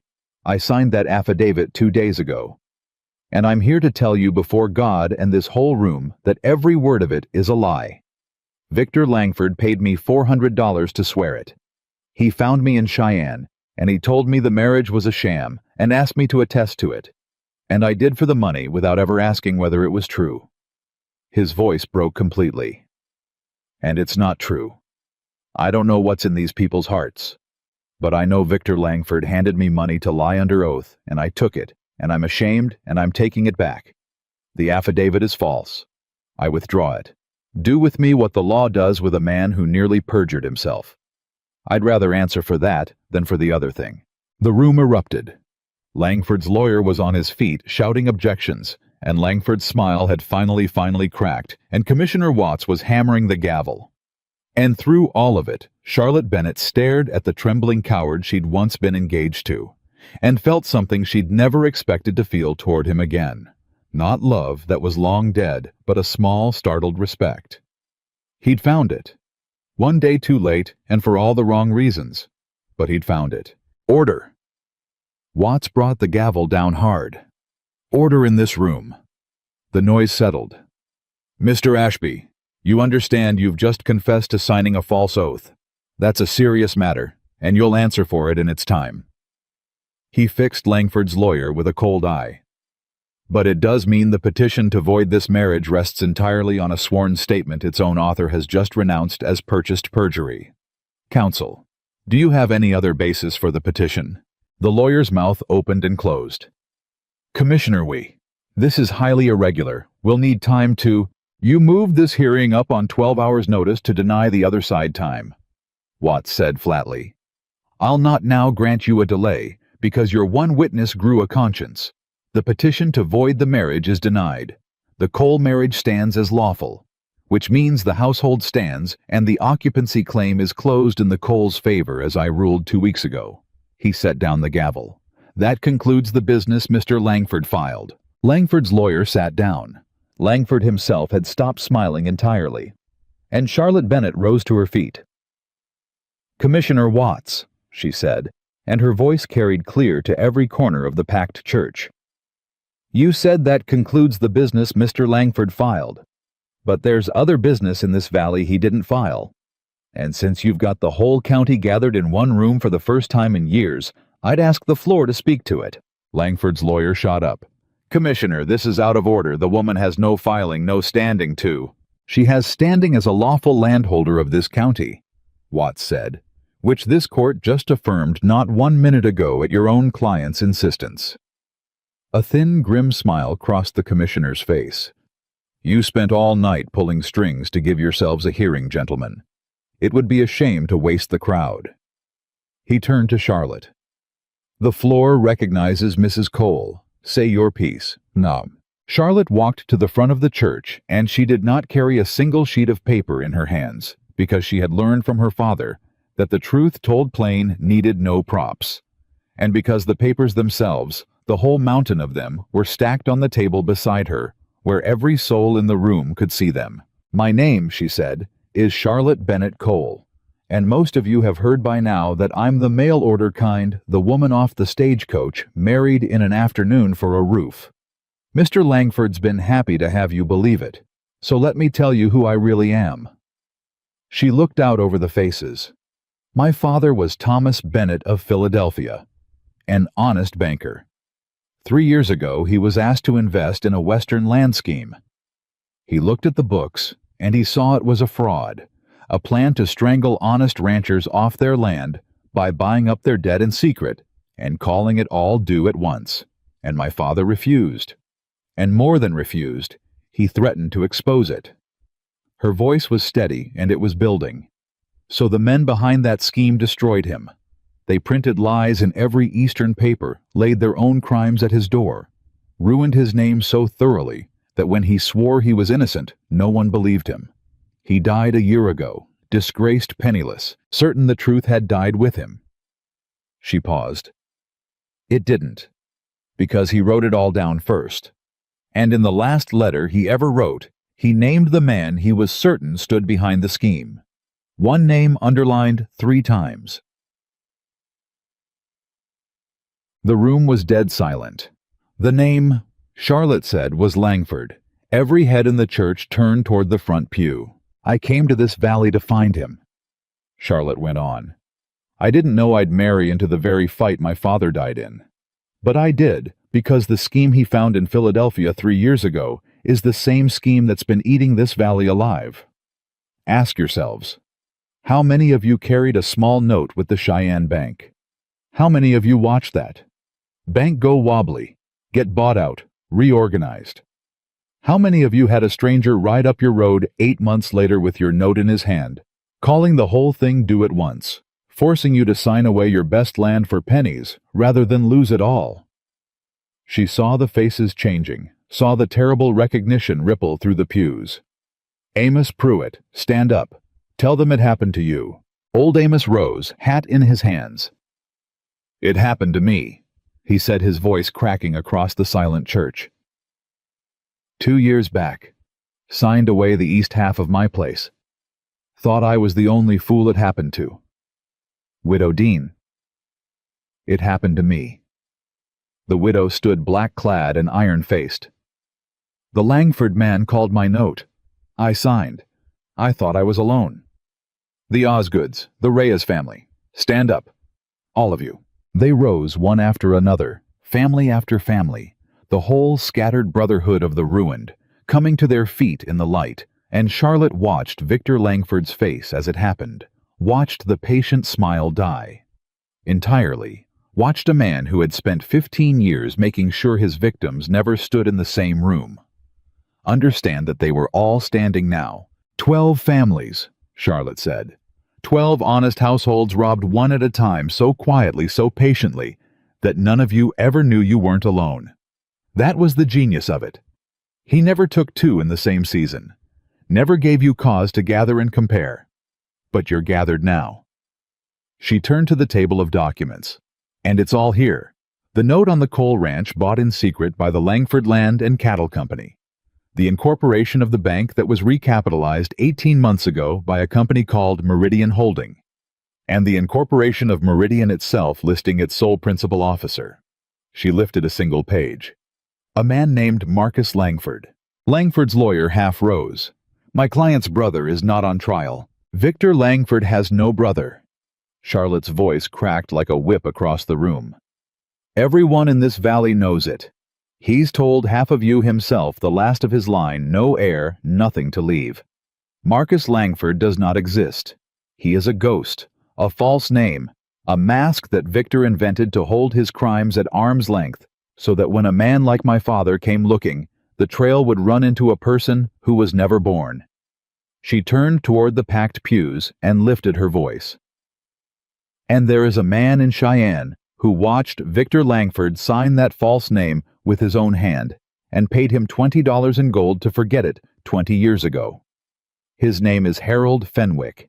He's the territorial clerk. His own grandchildren were robbed by this scheme. She looked toward the church doors. And I'd hoped he'd be here to tell you himself. The doors opened. And Harold Fenwick, gray and trembling 100 miles from home and older than his years, walked into the church having ridden all night, and every head in the room turned, and Victor Langford went the color of ash. I'll tell them. Fenwick said, his old voice shaking but climbing. I watched him sign it. I watched Victor Langford sign the name Marcus Langford with his own hand in my office and hand me gold to keep quiet. I've carried it 20 years. I'll swear it to God and this court both. He looked at Langford, and there was 20 years of shame turning to fire in his face. You robbed my own grandchildren, Victor, my Osgood grandbabies, and I helped you file the paper that did it. Well, I'm done keeping your secret. I'm done being your poor memory. Do you hear me? I'm done. The church exploded. It was over faster than Charlotte had dared to hope, and slower than she would ever forget. Because a scheme that had survived 15 years on the silence of scattered, frightened victims could not survive 1 hour, with all of them in the same room. Commissioner Watts, honest at last, and fully took the documents into evidence one by one. The note, the Meridian filing Fenwick's sworn account. The 12 signed statements, Edward Ashby's confession of purchased perjury. He took them, and he read them into the record, and he did it slowly and publicly, so that no string Langford pulled afterward could make them disappear. Langford's lawyer fought it. He objected. He blustered. He demanded delays. And Watts denied him at every turn, because the man had spent all his cleverness moving the hearing up, and had left himself no ground to stand on when the hearing turned. And Victor Langford himself sat through it, the color gone out of him, watching 15 years of patient theft unravel in the space of a single morning, watching a woman with 38 cents and a dead man's letter take his kingdom apart in front of the whole valley he'd stolen it from. At the last, when it was plain the record was made and the evidence was sealed, and there would be a territorial investigation that no bought commissioner could stop. Victor Langford rose from his pew. The room went silent, braced for a threat. He didn't threaten. He looked at Charlotte for a long moment, and something almost like recognition passed over his ruined face. One predator acknowledging the one who'd finally brought him down. "Your father," Langford said quietly, "was a fool. He had one letter and no allies, and he died alone." His eyes moved across the packed church, the 12 risen families, the trembling clerk, the honest commissioner. "You had the same letter, and you built an army." He almost smiled, and it was a bitter, broken thing. "I made a mistake, Mrs. Cole. I destroyed your father for what he knew. I should have understood that a man's daughter might inherit more than his name." He gathered his coat. "I'll answer for it now, I expect. There's no undoing this room." And he walked out of the church a beaten man into the custody of a territorial marshal Watts had quietly sent for at dawn. The valley did not cheer. It was too stunned and too full of grief and too aware of everything that had been taken over the years that no verdict could give back.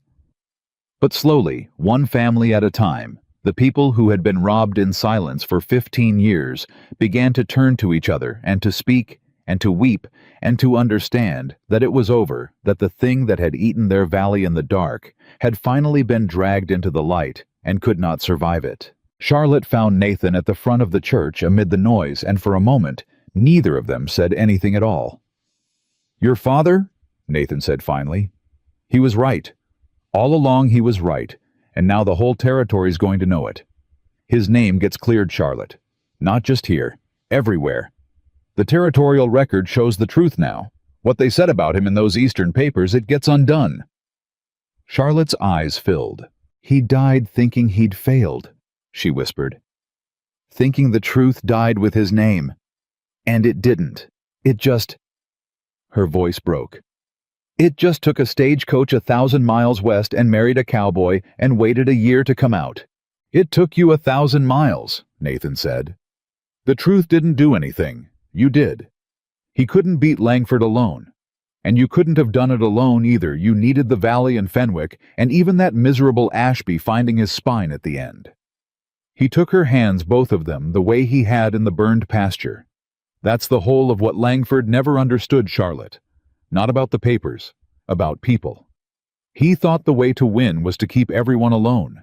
And the way you beat him was to make sure nobody was alone anymore. Not the families. Not your father's memory." His voice dropped. "Not you." Charlotte looked up at her husband in the church where they'd married 3 weeks before, in the last gold light of an evening, strangers with a bargain and a paper. And she understood standing there, that she was not standing beside a stranger anymore, and hadn't been for some time, and that whatever they had signed in that kitchen with a stub of pencil, it had quietly become something no contract had a word for. "There's still the contract," she said softly. "The one we signed. 2 years and then I go. It's got 1 year and 11 months left on it." Nathan Cole looked at her for a long moment. "There is," he said. "There's still the contract." And he didn't say anything more about it. Not there. not in the crowded church with the whole valley weeping and reeling around them, and a marshal leading Victor Langford out into the daylight, and Harold Fenwick sitting in a pew with his gray head in his hands, finally free of 20 years of a secret that had nearly killed him. But he held onto her hands, and he did not let them go. The letter came from Philadelphia 6 weeks later, and Charlotte's hands shook so hard she nearly couldn't open it. She'd known it was coming. The territorial investigation had moved fast once it had teeth, and word of Meridian, of the false name of a dozen ruined families, and a dead honest banker in the East, had traveled back along the same wires that had once carried her father's ruin. But knowing a thing is coming and holding it in your hands are two different weights entirely.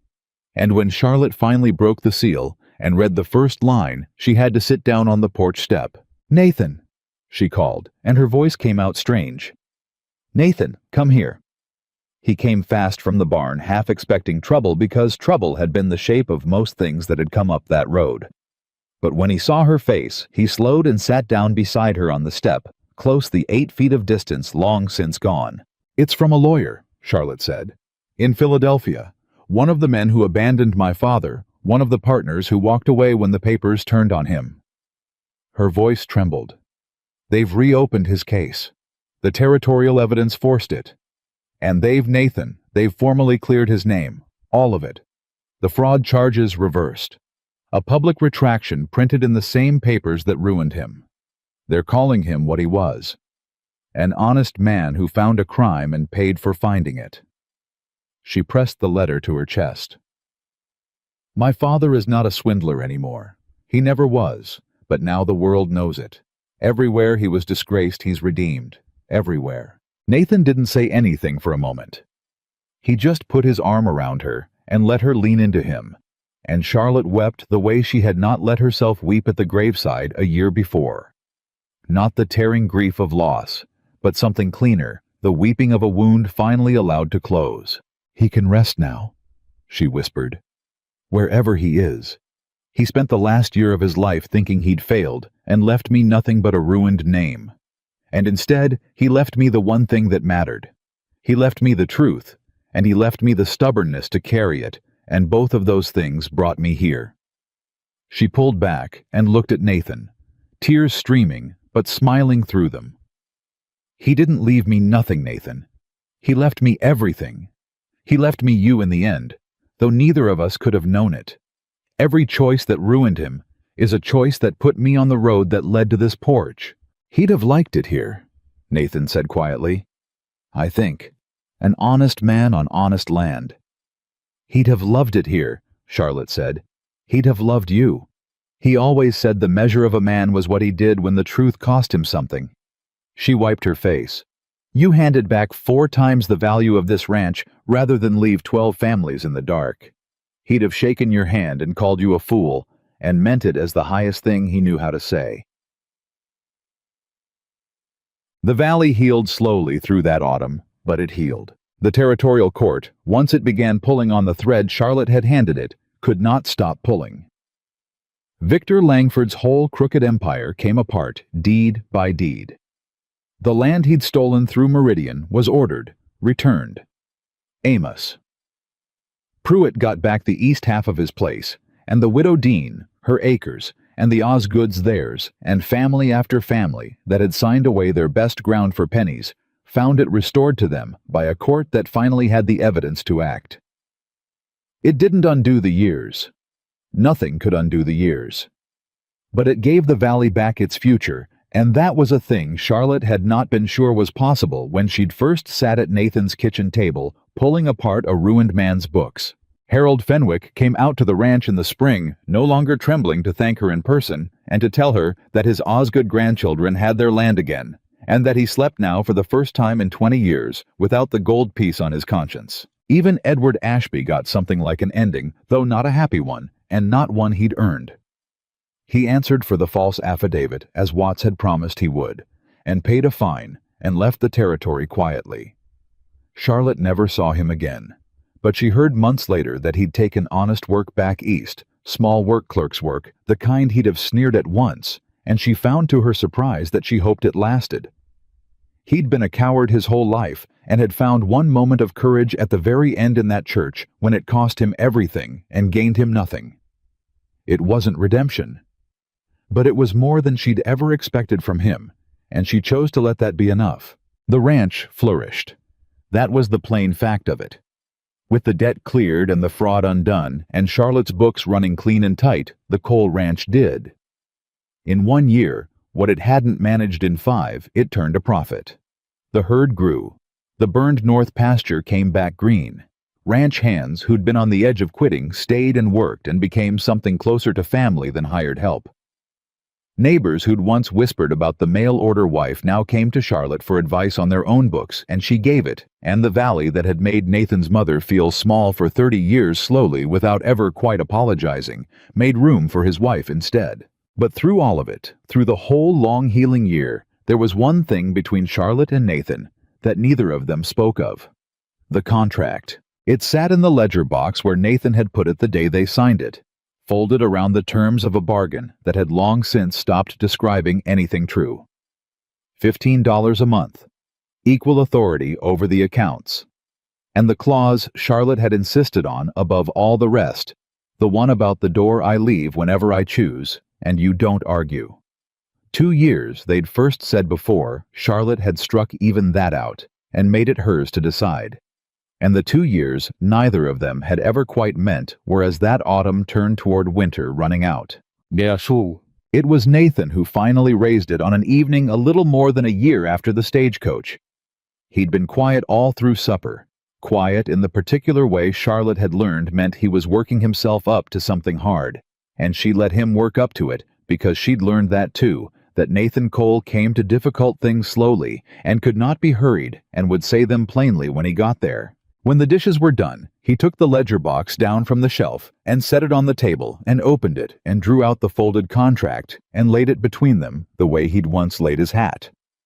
"It's about a year and a month now," he said, "since we signed this." "I know," Charlotte said. "The bargain was 2 years, but you struck that out, made it yours to say when." He smoothed the paper flat with one scarred hand and did not look up from it. "So I've been thinking, it's not right me holding you to a thing you never fully agreed to. You never agreed to 2 years. You only agreed to stay till you chose to go." His jaw worked. "And I got no right to keep waiting for you to choose. It's not fair to you wondering. So I want to make it clean." He reached back into the box, and Charlotte saw with a small cold shock that there were more papers there than the contract, a whole sheaf of them prepared in his careful hand, and he laid them out one by one across the table. "There's a bank account," Nathan said. "In your name. I've been putting money into it since the spring out of what the ranch made. It's yours whether you stay or go, but it's enough to set you up anywhere. Philadelphia if you want to go home. Somewhere new if you don't." He laid down the next page. "There's a letter. A recommendation. Everything you did here, everything you are, anybody reads it, they'd hire you in a heartbeat, do bookkeeping for the finest house in any city." He laid down the last. "And there's a ticket. Open. Any coach, any direction whenever you want it.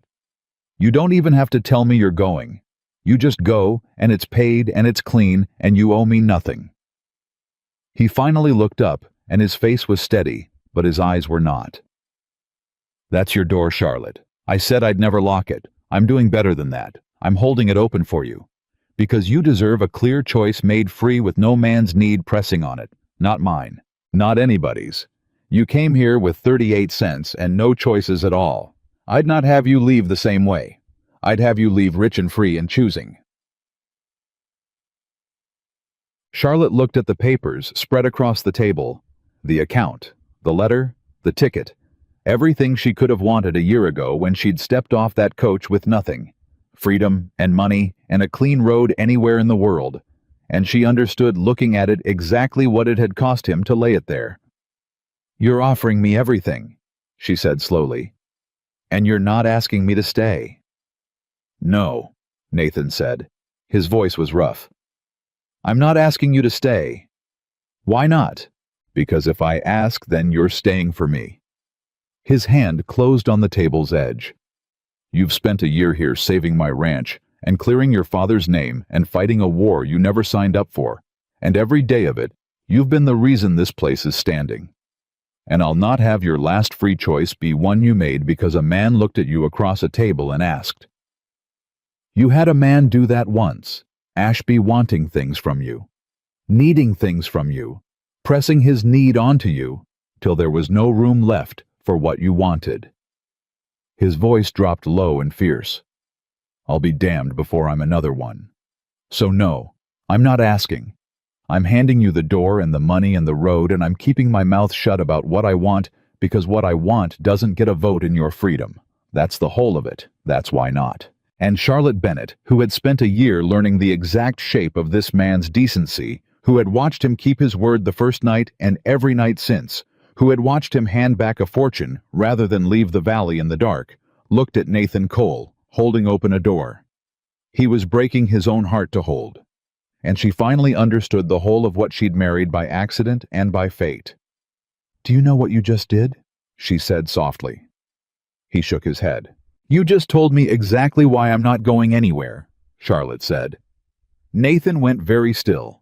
Every man I ever knew wanted something from me. She went on, and her voice was gaining strength the way it did when she'd found the true thing in a room. My father's partners wanted his money and threw him away when it got hard. Edward wanted a respectable match and threw me away when my name turned. Langford wanted this valley and would have thrown a dozen families in the grave to get it. My whole life, Nathan Love, has been another word for what a man could take. She reached across the table and put her hand flat on his.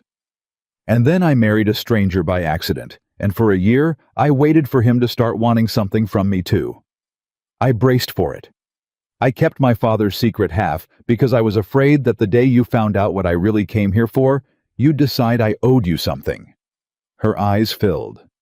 And instead, you spread everything I could ever want across this table and told me to take it and go and kept the one thing you wanted to yourself because you couldn't stand the thought of my freedom being 1 inch smaller than it ought to be. She was crying now openly. Do you understand what that is, Nathan? A man who'd rather lose me free than keep me obligated? That's the only kind of love I never got. That's the only kind worth staying for. Nathan Cole's face came apart the way it had that first night when she'd said the word husband in his mother's kitchen. Charlotte, let me finish. She turned his hand over and held it in both of hers. I read this contract 100 times when we first signed it, and there was one line I fought you hardest on. Do you remember I leave whenever I choose? My door. I made you write it because I'd spent a year in a locked room, and I swore I'd never be in another one. Her voice steadied and rang clear.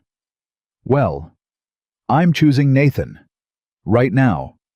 With the door wide open and the money on the table and a clean road to anywhere on earth. I've got every reason to walk and nothing on this earth holding me here but what I want. She lifted his hand and pressed it against her cheek. And what I want is to stay, not for the ranch, not for the fight, not because I owe you a single thing you've made sure I don't. I want to stay because somewhere in the last year in the burned pasture and the crowded church and 100 ordinary suppers, I stopped being a woman running from her life and started being a woman who has one, here, with you. And I'm not leaving the first home I've had since my father died, Nathan Cole. Not for all the open tickets in the world. The kitchen was silent, but for the fire. And Nathan reached out slowly and took the contract off the table, the $15 a month, the 2 years the door. And he held it a moment, and then he tore it clean in half. Then we don't need this, he said, his voice thick. There's no bargain left in it. There hasn't been for a long while. I stopped thinking of you as a hired wife somewhere back around the fire, if I'm honest, maybe before. I just didn't have the right to say so, while that paper still had a hold on you. He tore it again and again until it was nothing but scraps in his hand. I love you, Charlotte. I've loved you a good long time, and kept it locked up tight because I was so afraid of being one more man who wanted something from you. But you're not staying out of any need of mine now. You're choosing free, so I can finally say it, and it's clean. He looked at her, and there were tears cutting down his weathered face, and he didn't wipe them away. I love you. Stay and let me spend the rest of my life proving it wasn't a bargain. It was never a bargain. It was the luckiest accident a drowning man ever had the day a woman with 38 cents stepped off a coach into my yard. Charlotte laughed through her tears, and it was the free whole laugh of a person who has finally set down a weight she'd carried 1,000 miles. I came here begging you for a job, she said. Do you remember 38 cents and a folded advertisement and nowhere left in the world to go? I came here begging a stranger for a job. She pressed her forehead to his, the way he'd done to her in the burned pasture soot and grief and fear all long since washed away. And somewhere along the way, Nathan, I stopped looking for work, and I stopped running from my old life, and I found the thing I'd stopped believing a person like me was allowed to have. I found my home. It was here the whole time. It was you the whole time. I just had to lose everything else first to see it. They married again in the spring, not because the first marriage hadn't held. It had held through fire and fraud and a courtroom, and a year of learning each other, held better than most marriages built on a great deal more than a stub of pencil and a deadline. They married again because the first time there had been a bargain and a deadline, and two strangers shaking hands in a plank church because the county said they had to, and this time there was none of that. This time there was only choice. The same little church held at the one where they'd beaten the sun down by a minute and a half. But it was full now, where the first time it had held only a preacher and two witnesses off the street. The whole valley came. Amos Pruitt stood up front in a collar that plainly strangled him, restored to his full land and his full dignity. The widow Dean wept openly in the second pew.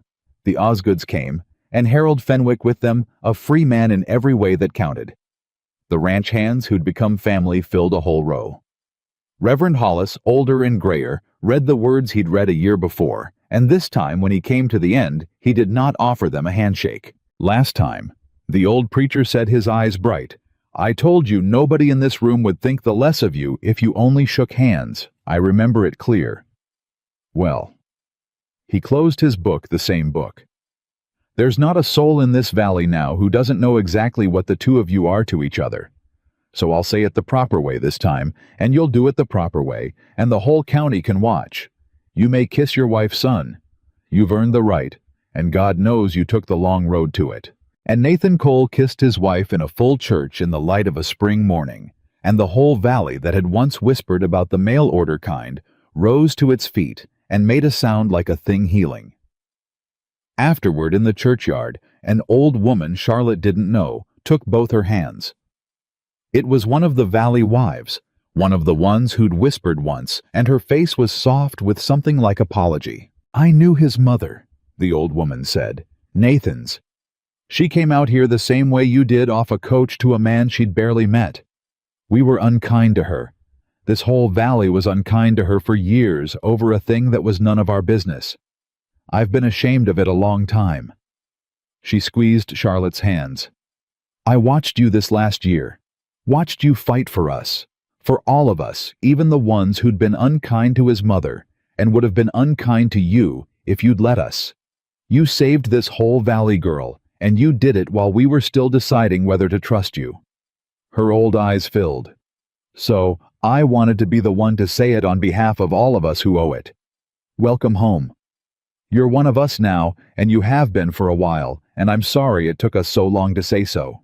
Charlotte couldn't speak. She only held the old woman's hands and nodded and thought of Nathan's mother, who had died still hearing that word behind her back in church mail order, and who would never hear this welcome, this belonging, arriving one generation too late for her, and right on time for the woman who'd married her son. She'd be glad, Charlotte finally managed. His mother. She'd be glad it ended different for me than it did for her. She'd be glad it was you that ended it, the old woman said. The way you ended all of it. In the light where everybody could see. That night, when the valley had gone home and the ranch was quiet, Charlotte stood on the porch, where a year and a season before, she'd dropped a suitcase in the dirt and heard a stranger tell her he needed a wife before sunset. Nathan came and stood beside her, and neither of them said anything for a long while, because they had reached the place in a marriage where silence is its own kind of talking. "You ever think about it?" he asked finally. "How close it came to not happening at all? You could have said no in that yard, could have gotten back on the coach. Widow Hargrove said no. The Peterson girl's father ran me off. Any one of a dozen women could have been standing here instead of you, and none of it would have your father, the valley, none of it." He shook his head slowly. "It all turned on you not getting back on that coach." "I think about it every day," Charlotte said. "But I've stopped calling it chance." She looked out at the dark mountains, the impossible spill of stars she'd first seen from a wagon seat, with a suitcase between them like a wall. "My father found a crime and paid for it with his life, and it looked like the end of everything. And every terrible thing that came after his ruin, Edward leaving my name in the mud. The 38 cents, every single one of them, was a door closing behind me.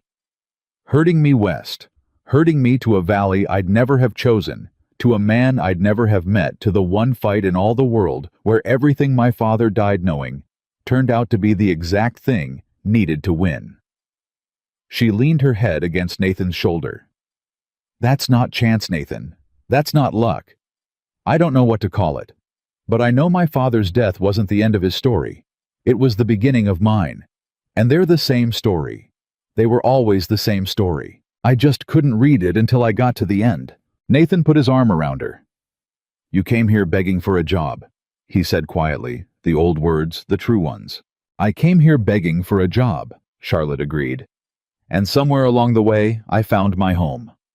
She turned in the circle of his arm and looked up at her husband, and her voice was steady and clear. And it held no bargain in it, and no fear, and no running, not anymore, not ever again. "And I am never leaving it.